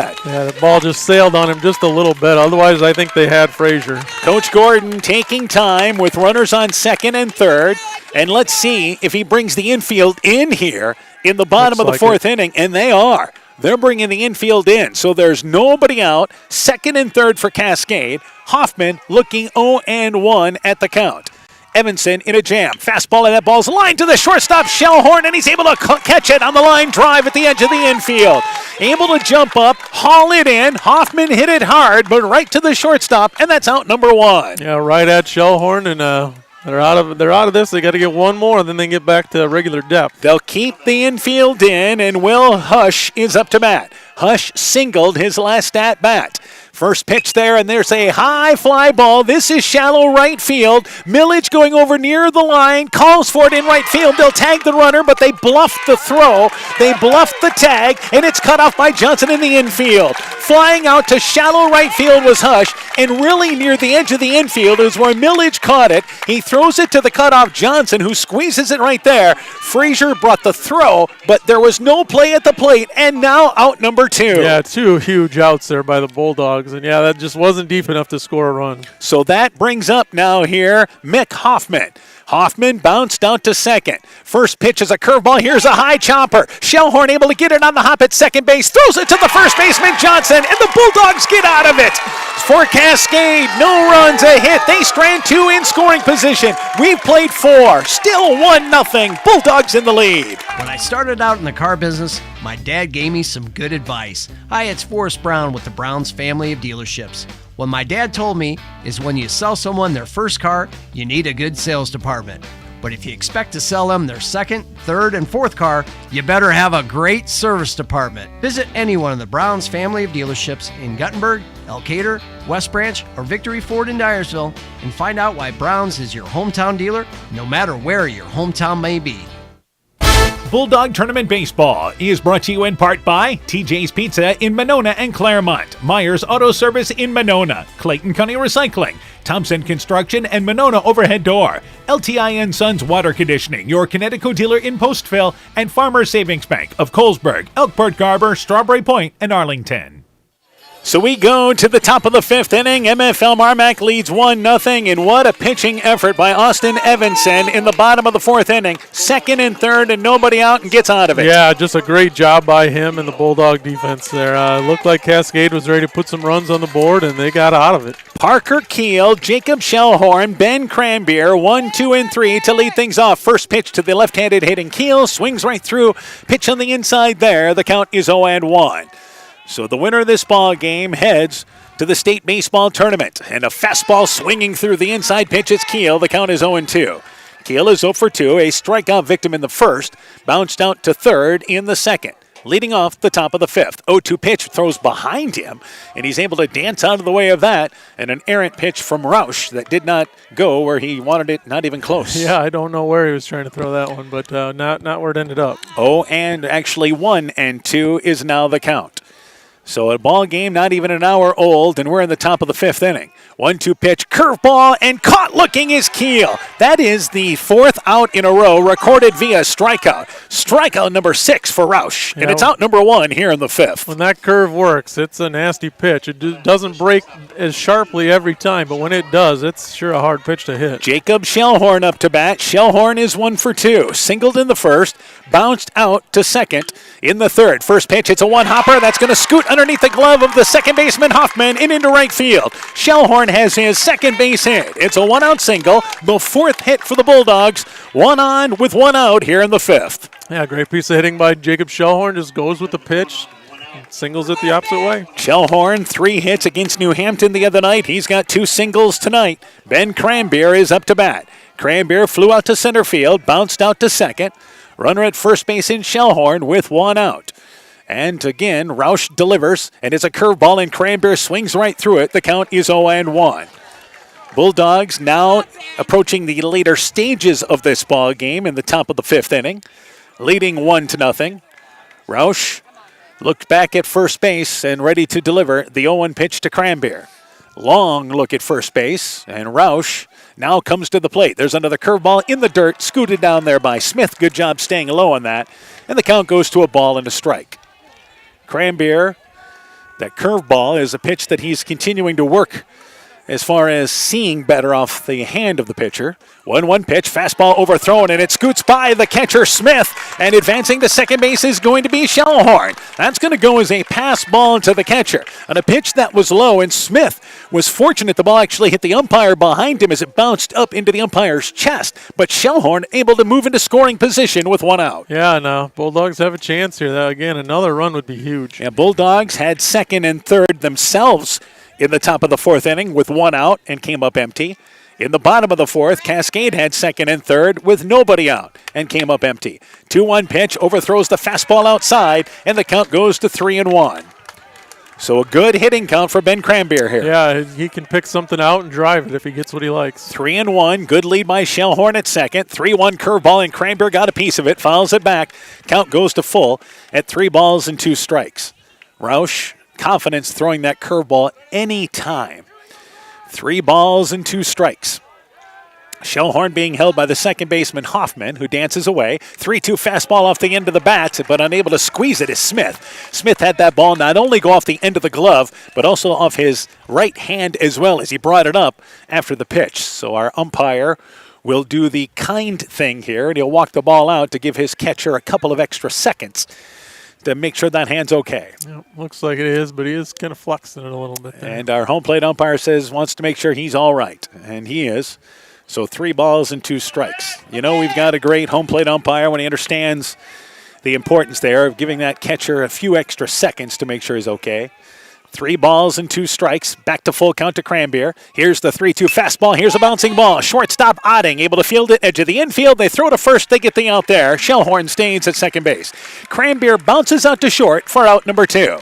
And that brings up Jackson Millage, the right fielder. Millage is 0 for 2. Flew out to center field and bounced out to first. So Shellhorn's at second, but now 2 outs here in the top of the 5th. I think a hard hit to first, if I remember right, in that 3rd inning. And that was the first baseman, Hummel, who was able to almost olay it to the right.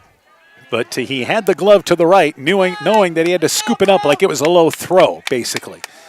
So with 2 outs, let's see if the Bulldogs can get a big 2-out hit. There's a curveball and a strike to Millage, and the count is 0-1. Shellhorn, certainly, as we mentioned, more of a heady base runner than anything else. 0-1 is the count. You expect him to get a good jump. And 0-1. Here's a high fastball, and Millage checks his swing, takes it upstairs, and the count goes to a ball and a strike. Top of the 5th inning, 2 outs. Bulldogs have scored the game's only run. That was back in the 2nd inning. 1-1 count.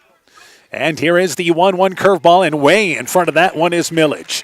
Millage fooled and a step and a half in front of that curveball. Yeah, he was looking for a fastball, and curve came. A ball and 2 strikes is now the count. So Roush sets quickly, 1-2. And here is your 1-2 curveball. Millage jammed, hits a high chopper up the first base line, fielded by the pitcher Roush. He'll go to first base there, and Millage retired at first base for the 3rd out of the inning. Roush jumping off the mound, fielding his position well. For the Bulldogs, no runs a hit. They leave a runner in scoring position. We go to the bottom of the 5th. Still 1-0 Bulldogs. The Woodland Eye Clinic in Elkader and West Union are proud sponsors of high school sports. We are committed to bringing our patients the highest level of total eye care with detailed one-on-one attention. Our offices offer the newest technology and equipment with a professional team of experienced staff that is committed to you. Call us today for your next total eye care appointment. The Woodland Eye Clinic in Elkader and West Union supports all of our local athletes taking the field or court this season. Are you looking for a new career? We're looking for a motivated, reliable worker with auto body experience or just mechanically inclined. Are you detail-oriented and looking for a challenge? An opportunity for growth? Want to work on an ever-changing variety of vehicles? We offer a laid-back work environment, high-end pay, great benefits, flexible work hours, and much more. Qualified candidates can expect high-end compensation. You won't be disappointed. Call Bob at Top Gun Customs to learn all the details. 563-964-9899. Bottom of the 5th inning, Nathan Shackamil, Cade Roush, Jack Menster. That will be 9-1-2 in the Cougars lineup here in the bottom of the 5th inning. For MFL MarMac, 1 run, 4 hits. They've committed an error. And for Cascade, no runs, 4 hits. They have not committed an error. Bulldogs scored the game's only run back in the 2nd inning. And that was on a double by Braden Gordon, who ended up scoring there. Landon Johnson, who was hit by the pitch to start out the inning. Yep. Evanson continues into his 5th inning of work. Shackamil takes the first pitch outside. The count is 1-0. He bounced out to third his previous at-bat. Here's a curveball, catches the top of the strike zone, and the count goes to a ball and a strike. So Austin Evanson has done exactly what the Bulldog coaches were hoping. Has a lead and dealing now into the 5th inning. 1-1 pitch. There's a fastball upstairs. The count goes to 2-1. We mentioned that the Bulldogs have every arm available, and Cranbeer is the guy who's really been kind of closing for him. There's a 2-1 curveball and swinging through. More of a Fosh pitch there is Shackamil. And the count goes to 2-2. That was a pitch that was upstairs. Yep. 2 balls and 2 strikes. Evanson sets, and here is now your 2-2 pitch, and there's a curveball. Caught, strike 3 on the inside. Caught looking there is Shackamil. It is only the first strikeout for Evanson, but it's out number 1 here in the bottom of the 5th. Yeah, big strikeout to lead off the 5th inning, and Evanson's got to just have a ton of confidence on the mound right now. Cade Roush is up to bat. Roush is 0 for 1. He walked to start things out in the 1st inning, was later forced out at second base, and then lined out to left field. So 1 out, bottom of the 5th inning. And here is the offering from Evanson. First pitch is a fastball. That's a strike in the inside corner. The count is 0-1. This is back to the top of the lineup now for the Cougars. Yeah, 3rd time they've seen Evanson. Let's see if that makes a difference. 0-1 pitch. Evanson's 0-1 pitch is at the knees. It's outside, and it goes to a ball and a strike. Evanson just moving the ball all over, left and right. 1-1 is the count. Delivers now the 1-1 curveball, and taking the pitch for a strike there is Roush, and the count goes to a ball and 2 strikes. And again, just delivering with precision right now. Yeah, he's just hitting his spots. 1-2 pitch, and the 1-2 fastball, and swinging through the pitch in the dirt is Roush. It is strikeout number 2. They'll go to first base and record the strikeout there. Roush goes down swinging, back-to-back Ks here in the bottom of the 5th, and Jack Menster, the right fielder, is now up to bat, but now 2 outs here in the 5th. Yeah, Evanson's just got him way off balance again. Jack Menster is up to bat. Menster has hit the ball twice, the left-handed hitting first baseman. Right fielder, I should say. The first baseman is another left-hander, and Cooper Hummel, who's waiting on deck. Menster hit into a fielder's choice and doubled his last at-bat. And he lifts a high pop-up. This is in the infield. Second baseman calling for it in. Radloff comes into the edge of the infield, calls for it, and it's a 1-2-3, bottom of the fifth inning for the Cougars as 9-1-2 go down in order. We've played 5, MFL MarMac 1, Cascade nothing. Let's take this break. The Veterans Memorial Hospital Medical Clinic is a welcome addition to Northeast Iowa, offering extended hours for more accessible care. The clinic remains open over the lunch hour and offers early Monday morning and later Thursday evening appointments for your convenience. Call 568-5530 to schedule your appointment today. Veterans Memorial Hospital Medical Clinic. New clinic, more accessible care. Exceptional caring people. Veterans Memorial. Bulldog Tournament Baseball is brought to you in part by Community Insurance of Iowa, Hometown Agency in Monona, Auto, Home Business, Crop Farm, and Life, Smitty's Oil and Tire in Monona, Garden View Place in Monona, Ethan Kane Construction. If it don't drain, call Ethan Kane. T&K Cahoon, your Napa dealer in Monona, St. Olaf Ag Sales and Service, Growl Logs and Lumber in Elkader, Timber is a Crop, Harvest Wisely, Dean Family Chiropractic in Claremont, and Meyer Collision and Service Center in Gothenburg. Top of the sixth inning, Bulldogs lead 1-0. Landon Johnson, Elias Hatt, Austin Schlee. That will be 5, 6, and 7 in the MFL MarMac lineup. Johnson has been on base twice. He has scored the game's only run and lifts a high pop-up. The giving chase is the first baseman, Hummel. That'll make it past the Bulldogs' dugout up the first base side.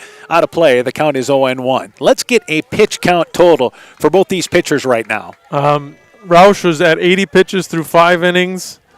And we'll let you figure out Evanson's in just a second. 46. 0-1 pitch, and that ball lined down the right field line, slicing foul as Hummel gave chase for that one, and the count goes to 0-2. What was Evanson again? 46. He's just been tremendously efficient. So he's averaging less than 10 pitches an inning. Yeah.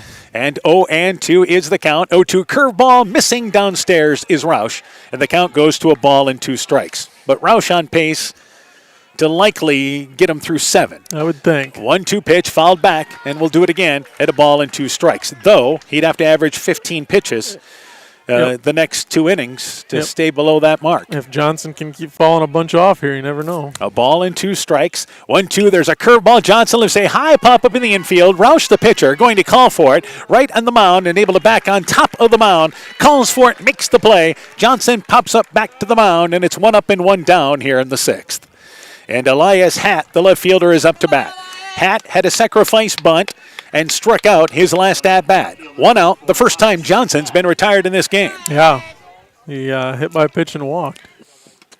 First pitch there to Elias Hatt, takes a cold strike at the knees. The count is 0-1.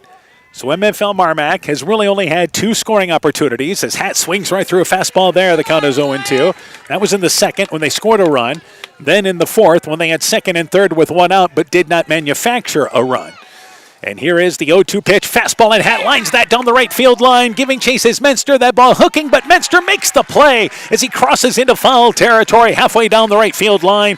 The left-handed glove of Menster. Good jump there. Hatt flies out into foul territory for the 2nd out. Yeah, did a nice job tracking that thing down. Might have been even foul territory there. Austin Schlee is up to bat. Schlee, a strikeout victim, and single. 2 quick outs in the top of the 6th inning. So Schlee is the number 7 hitter in the MFL MarMac lineup. And Hatt only saw a couple of pitches there. And here is the first pitch, curveball, and Schlee just whiffs at a pitch that bounced in front of the plate. He was thinking fastball all the way, and it was a curveball, and he was well in front of it. No, exactly. 0-1 is the count. 0-1 curveball, and Schlee gets a piece of this one. It's a high pop-up. This is shallow left field. Shortstop going back there, now called off by the left fielder, Hoffman. They collide, and Otting takes a tumble, but he's okay. Hoffman catches the fly ball in shallow left field for the 3rd out of the inning. The Bulldogs go down in order. We go to the bottom of the 6th. Still 1-0 MFL MarMac. This is Michael Erickson at Central State Bank.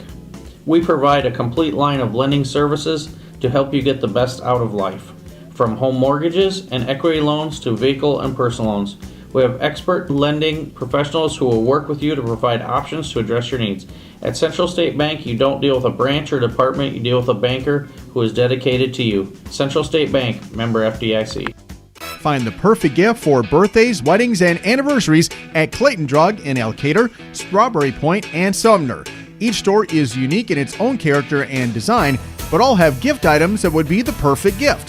Clayton Drug is proud to carry many name brand lines such as Mud Pie, Young Living Oils, Greenleaf Candles, Melissa and Doug Educational Toys and Gifts, CJ Gibson, and many more. Check our Facebook page for shopping specials available at each location. Clayton Drug, connecting the communities of Elkader, Strawberry Point, and Sumner to service all in between. So now in the bottom of the sixth inning, Cooper Hummel, Ty Frazier, Mason Odding. This would be 3, 4, and 5 in the Cougars lineup. So you figure this is their best opportunity in this ball game here in the bottom of the sixth, trailing 1-0. Yeah, if you're Cascade, you want to get this done right now. And the longer the game this goes with you behind when you're the favorite, the more pressure builds up and it gets tougher. Cooper Hummel is 0 for 2. He has bounced into a double play and flew out to center field.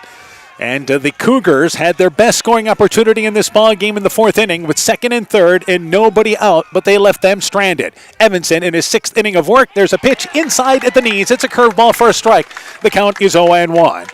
Austin Evanson has allowed 4 hits. They have been scattered. 0-1 is the count, but he's continued to get ahead on counts. 0-1 pitch, and taking it inside there is the left-handed hitting Hummel, and it goes to a ball and a strike. But Evanson, the big thing is only issuing 1 walk in this ball game. He hit a batter as well. 1-1 pitch to Hummel. Here's a bouncing ball. Second baseman, good hop to handle for Radeloff. Stayed right down on it. Ground ball to the right side of the infield. Radeloff flips it to the first baseman, Johnson. Hummel bounces out to second. 1 up and 1 down here in the sixth. Yeah, and the Bulldog defense has just been outstanding tonight. They've made every play. Ty Frazier is up to bat. Frazier is 0 for 1. Popped out to second. Hit by a pitch. And the leadoff runner retired in the bottom of the sixth inning. Evanson's pitch in the dirt there. It is low. The count is 1-0. But this is the 4 spot in the lineup where you have Frazier and Odding with a couple of outstanding batting averages this year. 1-0. Here's a 1-0 pitch in the dirt, and Evanson bounces that in front of the plate to the outside. 2-0 is now the count. They have struck out 2. Evanson has. Both of them came last inning. 2-0 pitch. There's a fastball that's high, and the count goes to 3-0. I think the first time he's went 3-0 to anybody. Since the leadoff batter, he did. But, yeah, since then he hasn't even been close. 3-0 is the count. So Evanson now will try to come back. There's a 3-0 pitch. It is taking all the way. It's a fastball across the numbers. It's a strike, and the count goes to 3-1. So Frazier, who was hit by a pitch his last at-bat, now here is the 3-1 pitch and a fastball, and he takes it for another called strike. Same location by Evanson, who's working his way back to a full count now at 3 balls and 2 strikes. Frazier, not the pitch he was looking for, 3-1. Here's a 3-2 fastball, and Frazier lines that into left center field. That's going to be a base hit, and it's extra bases as it rolls to the fence. Sat on a 3-2 breaking ball and drives it into the left center field gap. It is a double for Frazier, the 5th hit for the Cougars, and the tying run at second base with 1 out here in the bottom of the 6th. Yeah, and one of your studs coming to the plate as well. So Mason Odding is now up to bat. Odding is 2 for 2. He has 2 of the 5 hits. He has singled twice, and you have good speed at second base there with Frazier. Yeah, here's your chance if you're Cascade. You want to get this done now. And, of course, our lights have been on since we've started, but the sun is tucked down as we finish this one under the lights tonight.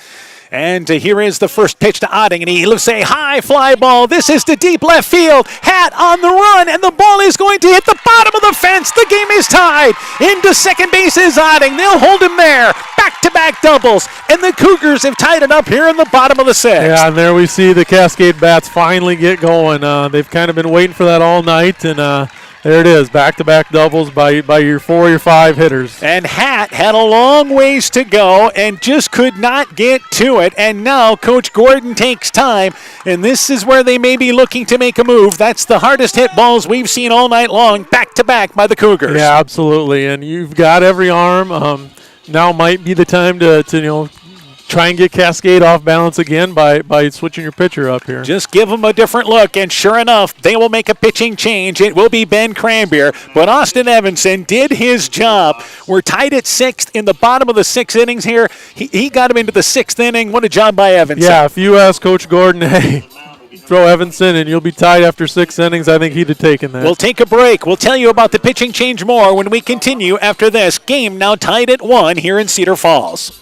Bodensteiner Implement is your local John Deere dealer with 10 locations in eastern Iowa to serve you. Check out their website, www.bodimp.com, for great deals on new and pre-owned equipment. From turf equipment to agricultural and compact construction equipment, they have solutions for every job. Nothing runs like a Deere, so come run with us at Bodensteiner Implement Company. Bodensteiner Implement is a proud sponsor of all high school sporting events, and we wish all our local athletes great success. Hi, this is Cody from Torkelson Motors in Elgin and Waukon. At Torkelson Motors, we believe that student involvement in activities is a great way to help grow our communities, and we are proud to help sponsor this game for your enjoyment. We've been serving Northeast Iowa since 1926 and appreciate the business that our customers have given us and the support they provide to our area schools and communities. So the next time you are in need of a new or used vehicle or a repair, stop into Torkelson Motors. We've been selling cars the old-fashioned way with a friendly smile and a handshake right here next door in Elgin and Waukon. So pitching change for MFL MarMac. The new pitcher is Ben Cranbeer, replacing Austin Evanson. Evanson went 5 1/3 innings, 6 hits, 1 run, responsible for the runner at second with a walk and 2 strikeouts. Ben Cranbeer, who came in for relief, shut the door down against New Hampton the other night, is the new pitcher. For this season, the 9th appearance, Cranbeer 3-2, 27 innings, has allowed 31 hits, 14 earned runs, walked 14 and struck out 24. He has been very good in the postseason. They look to bunt. They push it up the third base line as it is Hoffman up to bat, but it is foul as Schlieb picks it up halfway down the line in foul territory. The count is 0-1. Hoffman is 0 for 2, flew out to left field, lined out to short. Let's talk about Cranbeer on the mound now. Yeah, he's done a great job for him. Like you said, he's kind of fallen into that closer role for him. Did a great job against New Hampton to finish that one off. And the leading run is at second base right now in the bottom of the 6th inning. Here's an 0-1 pitch, and it's high and outside. The count is 1-1.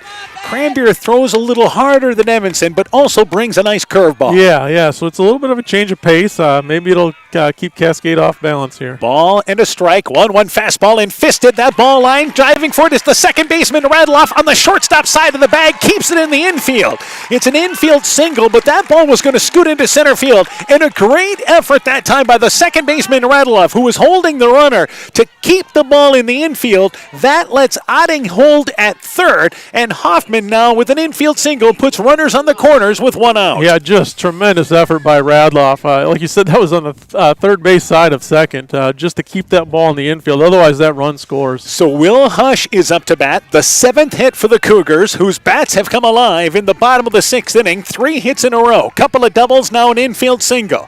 Will Hush is 1 for 2 with a base hit and flew out to right field. First pitch, they look to bunt. It's a suicide squeeze, and it's by the third baseman, Cranbeer, and Cascade leads. They run the suicide squeeze. Cranbeer came charging in up the line, could not get to it. It was pushed by him, and a beauty bunt laid down by Hush. It is 2-1 with a bunt single on Will Hush on the suicide squeeze. Yeah, just tremendous job by Hush there. Just laid that thing down perfect. Even if Millage grabs that ball or Cranbeer, I don't think they have a play at home. So that brings up Mick Hoffman, the second baseman.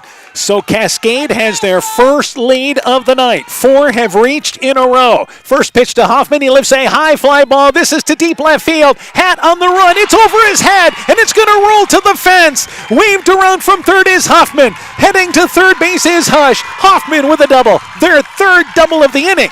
And it's suddenly 3-1. The Cougars erupting here in the 6th. Yeah, 5 straight hits here.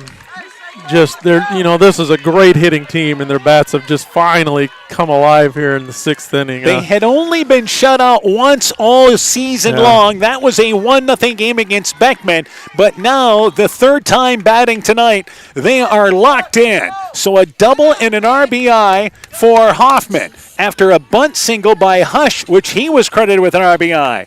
Time taken by MFL MarMac and Coach Gordon, and they're still just 1 out. Yeah, and I don't know if he's thinking about making another change or just trying to calm everyone down and get out of this. And, hey, the 7th inning has been the Bulldogs' inning all year, so they're not out of this yet. And if you look ahead to the MFL MarMac top of the 7th inning, they will send up Braden Gordon, Bryce Radloff, and Parker Keel, 8-9-1.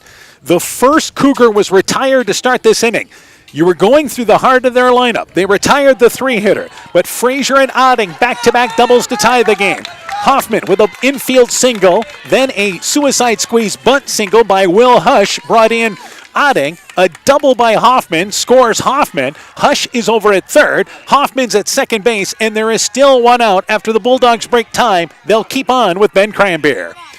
And now up to bat is Nathan Shakamil, who bunts it back to the mound, trying to barehand it is again the pitcher Cranbeer, but he loses the ball, and they score the run from third. Another suicide squeeze. This one bunted back to the mound. Cranbeer tried to barehand it, could not come up with it cleanly, and it is now 4-1 Cascade in the lead as they put pressure on the Bulldogs defense. Yeah, they're kind of doing what the Bulldogs did to New Hampton the other night, just putting the ball in play, putting it on the ground in the infield, and putting the pressure on the Bulldogs. That will go down as an error charged on the pitcher. So this is 4 runs on the board. Cade Roush is up to bat. There is still runners on the corners. It was a 1-0 MFL MarMac lead into the bottom of the 6th inning, and the Cougars have scored 4 runs so far in the inning, and they have done it on a total of 5 hits and now an error added to it. So up to bat is the top of the lineup in Cade Roush, who suddenly has a lead and a cushion. There's the pitch downstairs. The count is 1-0. And Ben Cranbeer just trying to get it out and see if they can get out of this inning here. Yeah, the Cascade is just doing a great job of putting the ball in play. 1-0 is the count as Cranbeer falls behind to the leadoff hitter. And here's a fastball away. The count is 2-0. Roush is 0 for 2, walked. He is lined out to left field and struck out. The count is 2-0. He's looking at hitter's paradise here. 2-0. Cranbeer from the stretch. 2-0 fastball. It is a high pop-up out of play. He was sitting dead red on a fastball. Fouled it back out of play, and the count is 2-1. Yeah, Cranbeer's probably lucky he didn't square that one up. This is the 8th Cougar to bat in the bottom of the 6th inning. Here's the 2-1 fastball. It is high and inside, and the count is 3-1. And now you're in danger of loading them up here in the bottom of the 6th. The Bulldogs had a tenuous 1-0 lead coming into this inning. 3 balls and a strike. Cranbeer, the 3-1 fastball. This is a high fly ball. This is to deep left field. Hat is going back up against the wall. Makes the play. It is a long out, but good enough to sacrifice the runner Hoffman from third. Roush hit it just in front of the left field fence in straightaway. Hauled in by Hat, who backs into the fence. It's still a sacrifice fly RBI as Hoffman scores, and it's 5-1 Cougars in the lead. Yeah, they're just really hitting the ball hard right now, Cascade is. And up to bat is Jack Munster, the 9th Cougar to bat this inning. Staying at first base was Shakamil, the DH. First pitch there inside at the knees. The count is 0-1. But now the Bulldogs trail after 5 runs by the Cougars in the bottom of the 6th inning. And the first out retired there by Cranbeer. Here's a high fastball there, and the count goes to 1-1. Bulldogs, this was their game plan. Going to make a move if they felt that they were getting around on Evanson, and that started to happen. Here's a 1-1 fastball followed up the first base line. The count goes to a ball and 2 strikes. So there's no questioning. This was the plan. Yeah, and it's just so Cascade's just such talent, got such a talented lineup. It's so hard to keep them shut out the whole game. And especially keeping them off balance for 7. Here's a 1-2 curveball, and hit by the pitch is Menster. Menster hit by the pitch on a 1-2 curveball that caught him on the inside of the jersey, and the inning continues. They have now batted around in the bottom of the 6th inning, and Cooper Hummel is now up to bat. Hummel is 0 for 3 in this ball game. Bounced into a double play, flew out to center, and he bounced out to second. With Roush being retired, there had been 6 Cougars to reach in a row before that sacrifice fly. Fastball at the knees to Hummel, and the count is 0-1. So Cascade now suddenly with a lead and 3 outs away from getting back to the state tournament. 0-1 fastball inside. The count is 1-1. Do the Bulldogs have another 7th inning miracle in the top half coming up? Yeah, I wouldn't count them out yet. A ball and a strike. 1-1 pitch, and Hummel takes a huge cut and lines that well out of play down the right field line. It's a ball and 2 strikes. We have a couple of balls brought back into play. Hummel well ahead of the pitch. And the count is 1-2. Yeah, he sat on that one just out in front of it, though. A ball and 2 strikes. Second and first with 2 outs. Here's a 1-2 curveball, just misses inside, and it's 2 balls and 2 strikes. So Evanson credited with giving up the first 2 runs of this inning. 2 balls and 2 strikes. The other 3 belong to Cranbeer. 2-2 fastball, fouled back out of play by Hummel, and we'll do it again at 2 balls and 2 strikes. Cascade looks like a different team at the plate this inning. They really do. And you could see that they're good hitters the whole game. They've just really started to lace into it. 2-2 curveball. Here's a bouncing ball. Shortstop in it. Short had handcuffs that time. Shellhorn and goes to the second baseman Radloff, who tries to race to the bag, but sliding in safe is Menster at second base. An error charged on the shortstop as that ball handcuffed the shortstop Shellhorn, went right to the second baseman Radloff, who nearly beat Menster to the bag.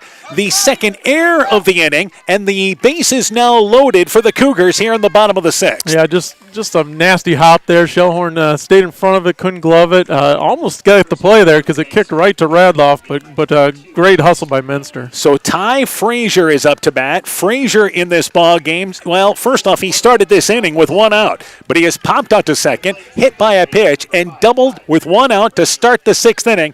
He is now the 11th Cougar to bat this inning. Yeah, he's the first run scored for him, wasn't he? Yep, that tied it up.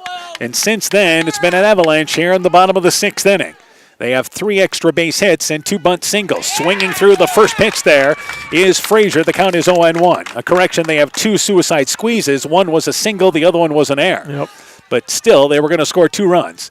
0-1 fastball. Here's a high chopper back to the mound. It's over the mound. Shellhorn on the run. Fields it. Throws on the run. And they get the out at first base. Good play by Shellhorn. Charging in. Flipped it with the hand there over to Johnson at short, from short to first. And that's the 3rd out of the inning. But for the Cougars, 5 runs in the inning. They do it on a total of 5 hits. They leave the bases loaded.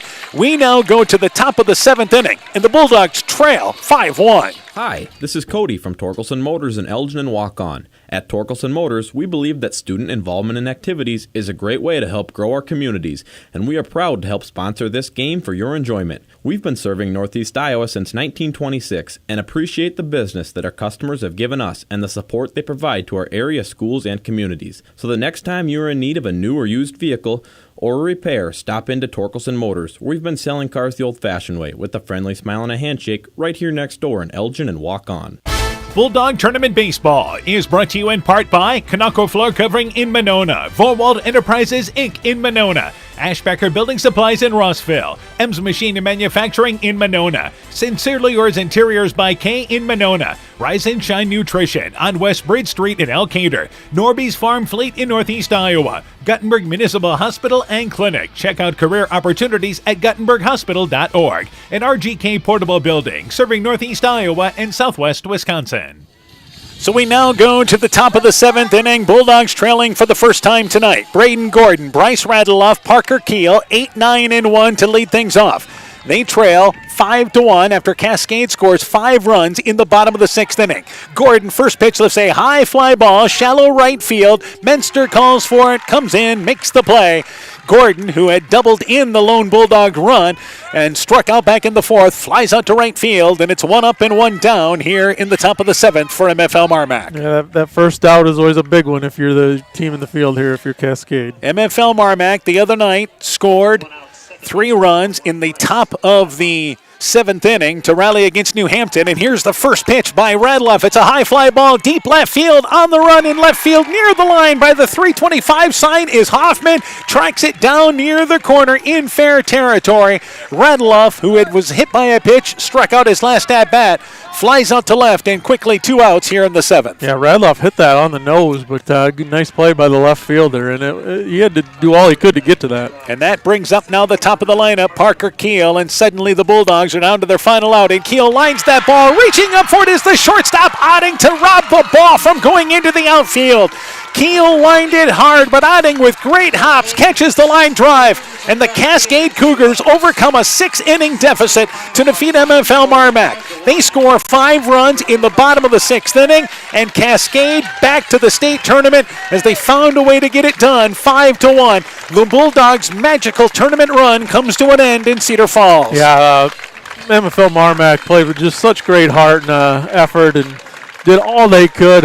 Cascade just wasn't to be denied with their stacked lineup. The Bulldog fans come to their feet, and they should. What a great season for MFL MarMac in Coach Paul Gordon's first year. They closed the season 20-12. They had tournament magic to get to this sub-state final, and it looked like it was going their way into the bottom of the 6th inning tonight. This is what you wanted. You were in the later stages with a 1-0 lead. Yeah, 5 through 5.5 innings. I was sitting here thinking, I think they're going to do it. They were just playing outstanding.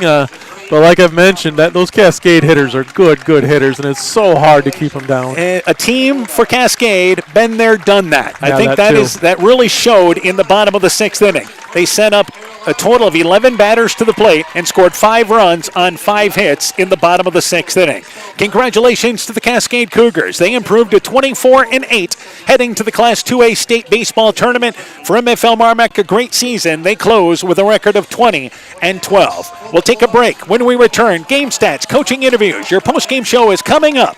You're listening to MFL MarMac Tournament Baseball from KCTN Sports. I should have moved over for that utility van. I should have slowed down for that bucket truck. I should have slowed down and moved over for that maintenance vehicle. I should have known the law. Did you know that in the state of Iowa, motorists are required by law to move over or slow down when approaching any stationary vehicle that has its flashing lights activated, including utility trucks and maintenance vehicles? Failing to do so can result in fines or the loss of your driver's license. So when you see flashing lights, move over or slow down, preferably both. It's the law, and it might just save a life. This safety message brought to you by Alameda Clayton Electric, your Touchstone Energy Cooperative. When making up a to-do list, don't forget to include servicing your car at Edie's AC Delco Service Center in Garnavillo.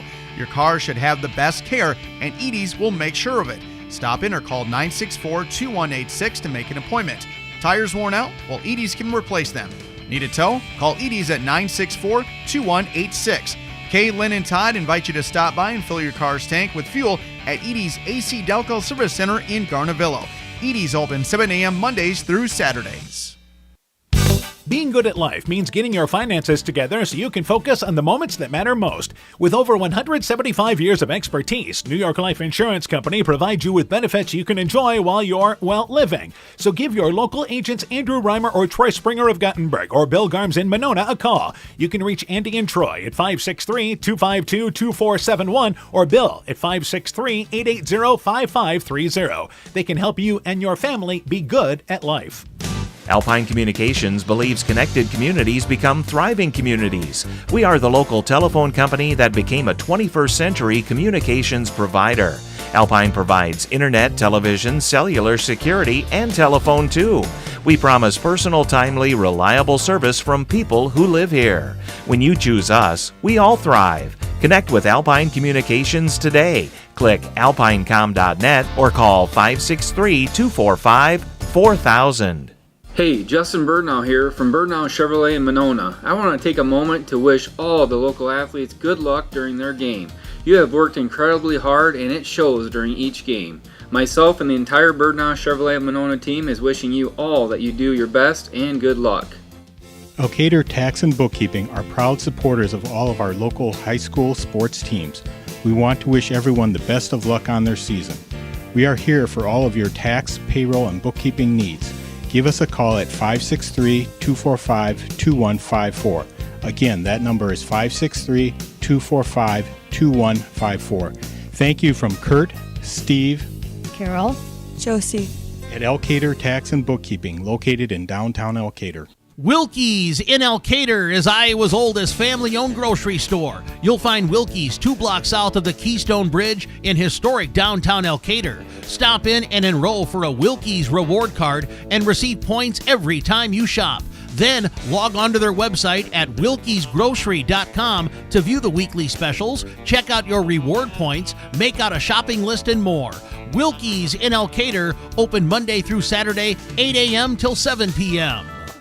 Bulldog Tournament Baseball is brought to you in part by the Lowena Savings Bank, member FDIC, Fisk Farm and Home in Monona, Cresco, and Decorah, Bruins and James Insurance, your Grinnell Mutual agent in Monona, Culligan Water Conditioning in Elkader, Bacon Concrete and Post Fill, Carr Auto Group, online at karautogroup.com. Furniture Showcase and Allwine, lighting showroom, flooring, furniture, and window treatments, and Rivals Inc. Custom gear, screen printing, embroidery, and online shopping at rivalsinc.com.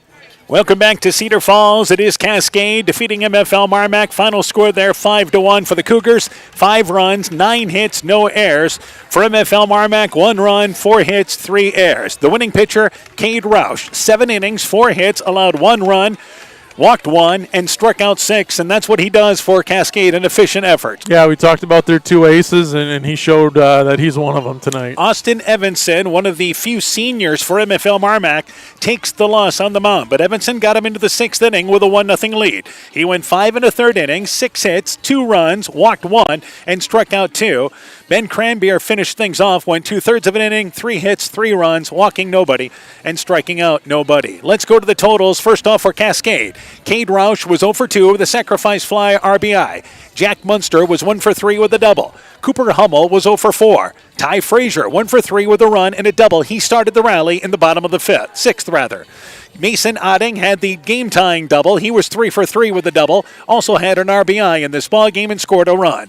Cass Hoffman was 1 for 3 with a run scored. Will Hush was 2 for 3, scored a run, drove in a run. Mick Hoffman was 1 for 3 with a double and an RBI. Nathan Shuckameel was 0 for 3 with an RBI in this ball game. And again, Cascade's deep lineup showed it in the bottom of the 6th inning when they scored 5 runs. You talk about hitting being contagious. That was the key. Yeah, they struck together 5 straight hits, and confidence. You know, you see your teammate get a hit, and then you get a hit, and it's contagious. Let's go to the totals now for MFL MarMac. Parker Keel was 0 for 4. Jacob Shellhorn 2 for 3. Ben Cranbeer 0 for 3. Jackson Millage 0 for 3. Landon Johnson 0 for 1 with a run scored. Elias Hatt was 0 for 2. Austin Schlee 1 for 3. Braden Gordon was 1 for 3, doubled in a run. Not a bad birthday. Yeah, he had a nice birthday. Bryce Radeloff was 0 for 2 in this ball game. MFL MarMac scored their run in the top of the 2nd inning. Johnson was hit by a pitch. They sacrificed him over to second base. With 2 outs, Braden Gordon had a double and an RBI. And you figured the Bulldogs were going to have to score more. In the top of the 4th inning, they had their best chance since the 2nd. They had a leadoff walk to Johnson. With 1 out, Schlee singled, putting runners on 2nd and 3rd after a pass ball. But Roush got out of that inning by recording back-to-back strikeouts, and that would really be the last threat MFL MarMac had the rest of the ballgame. Their last serious threat was in the top of the 4th inning.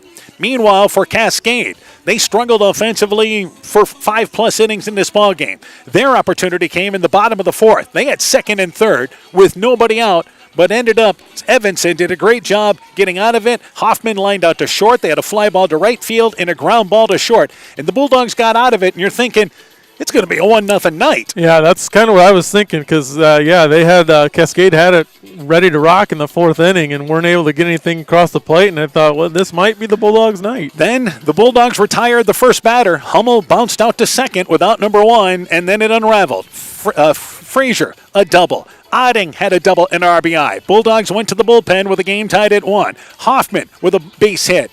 Again, that put runners on the corners. Will Hush with a suicide squeeze, which ended up being a base hit and a run scored. Hoffman had a double and an RBI. Shuckameel had a suicide squeeze, which led to a run. He was safe on an error.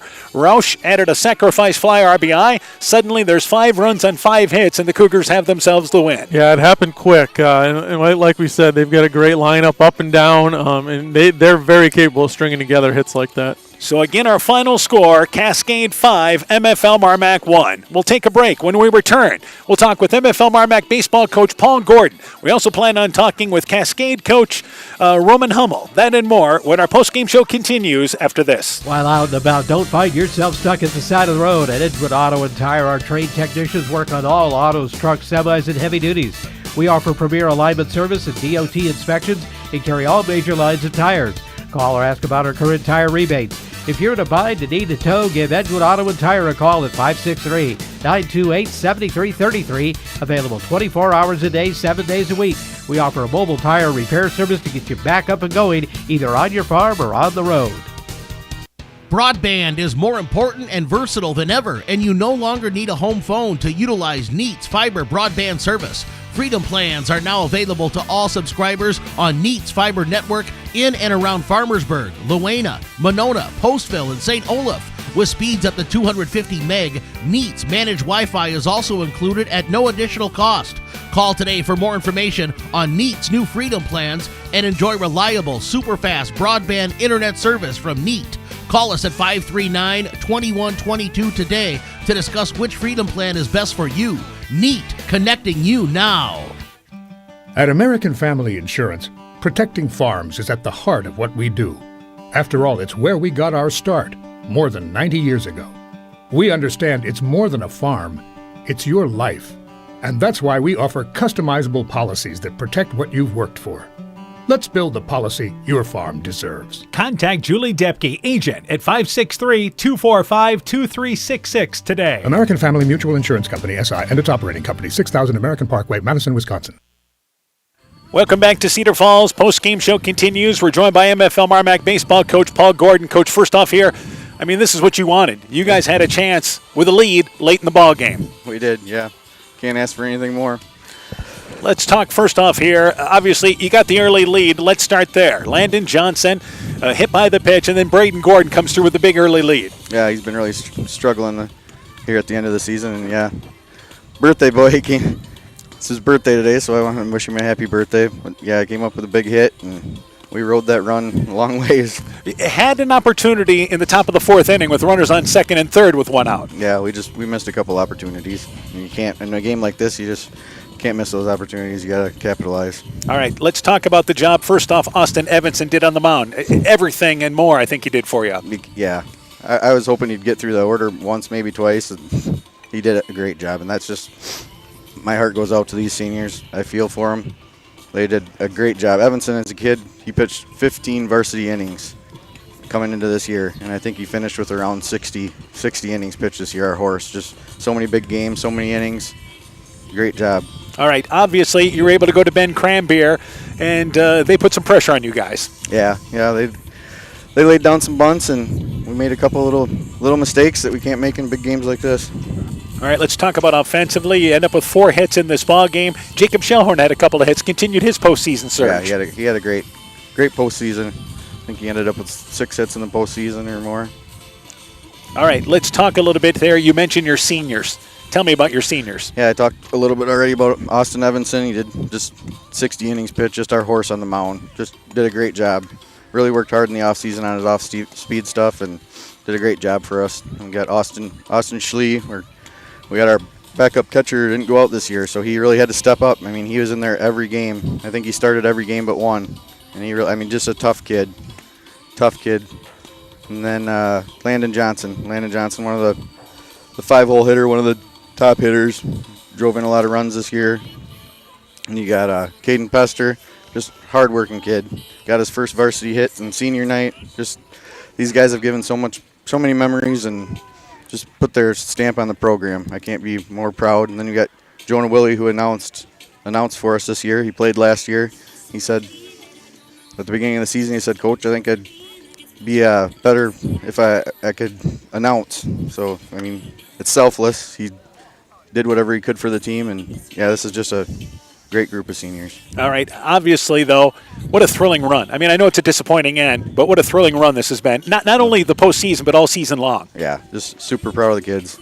Never giving up. Even there in the 7th, I think we hit 3 balls right on the screws. I mean, Bryce Radloff hit one out there to the warning track, and then a couple line drives. It's just baseball.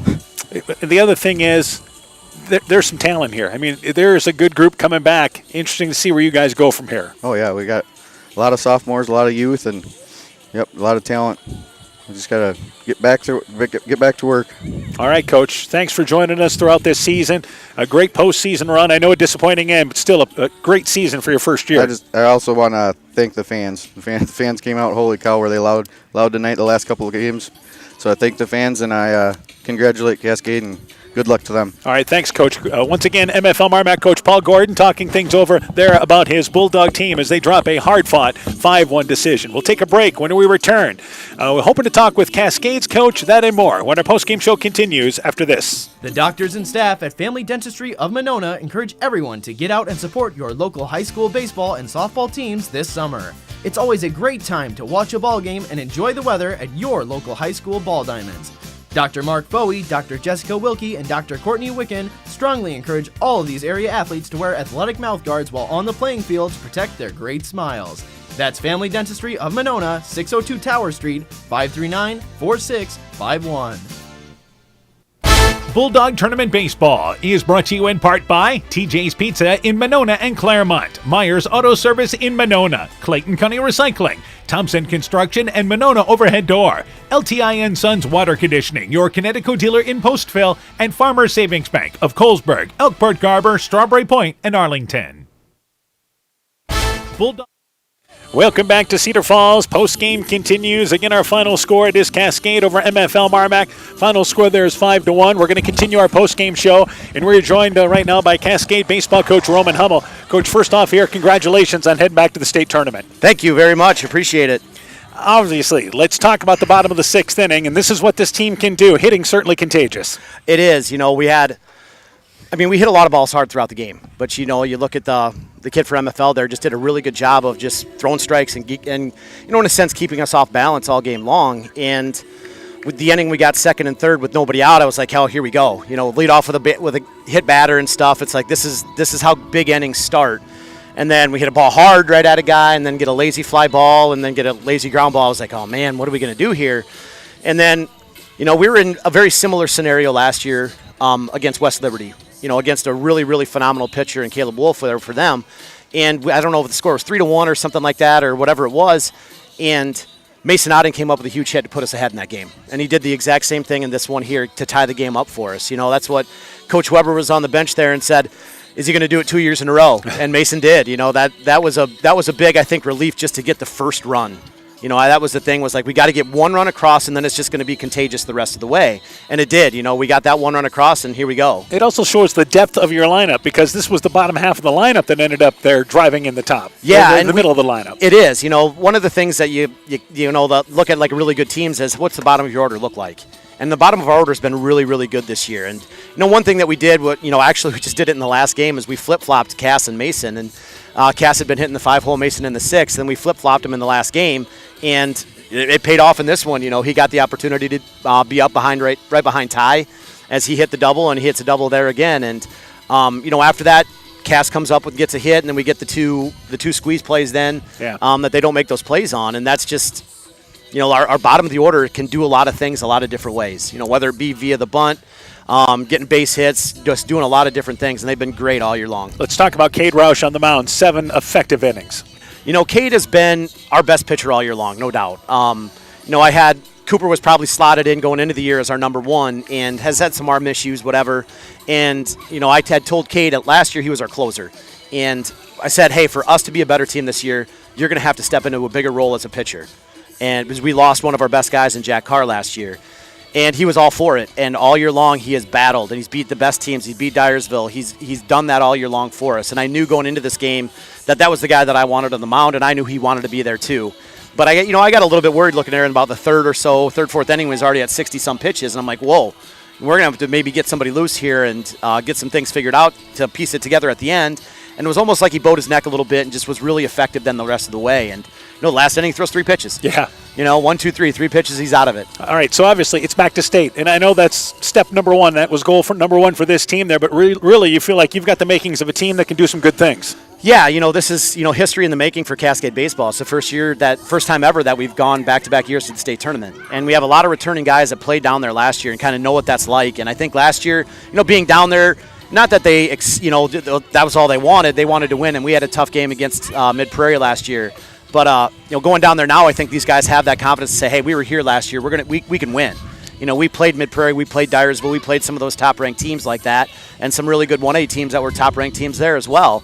And they know that they can compete against anybody. So I think, going down there, I feel really good with where we're at with our pitchers, with our lineup, and with the way the confidence that all our guys have. So I think these guys have that confidence. I have that confidence in them, and we're ready to make some noise down there. All right, Coach. Good luck to you guys. Thanks for joining us. Congratulations once again. Yeah, thank you much. You betcha. Cascade baseball coach Roman Hummel talking things over about his Cougar team as they're victorious by a final score of 5-1. We're going to keep it right here. Wrap up the post-game show here on KCTN. Again, Cascade over MFL MarMac 5-1. Well-played ball game, obviously, for Cascade. Strung the hits together.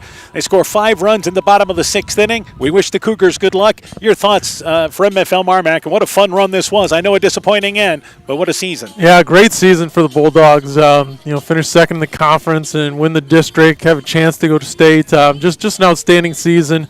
pretty young squad as well. You know, they're going to miss a couple of those seniors, but I think their expectations are going to be a little higher next year. And let's see what happens with those expectations. Do you put in the work there? I would think you'd just be ready to start the season tomorrow here with how much fun this was, not only the postseason, but how the season went for them. It's a team that found ways to win. I mean, it started in the first baseball game we did this year when MFL MarMac played North Fayette Valley, and they scored 4 runs with 2 outs in the top of the 7th inning in the ball game. That looked like a loss for them, and come out as a win, and I think that's happened a lot. And I think all sports at MFL MarMac right now seem to be in a good spot. Saw the football team come within a game of state, basketball team went to state, baseball team within a game of state. So they've got a lot of athletes, a lot of confidence, a lot of kids that just believe in themselves there. And again, they closed the season with a record of 20-12. Cascade improves to 24-8. Again, our final score: Cascade 5, MFL MarMac 1 in this Class 2A Sub-State Final from Cedar Falls. For Coach Mike Sass, I'm Dan Behrens. My thanks to Zach Soto for running our studio show. For a complete recap of tonight's ball game, highlights, scores, and more, go to KCTN.com, click in the Sports tab. Football season starts at the end of August. This has been a presentation of KCTN FM 100 Sports. People's State Bank is locally owned and locally managed with 20 convenient locations in southwest Wisconsin and northeast Iowa. If you're looking for a place where you're more than just a number, but still have access to convenient technology, we're it. As a community bank, we're proud to support many of the local charities, county fairs, community events, and more. When you become part of People's State Bank, you can be confident that you're standing with a good cause. People's State Bank, community-minded, just like you. Member FDIC and equal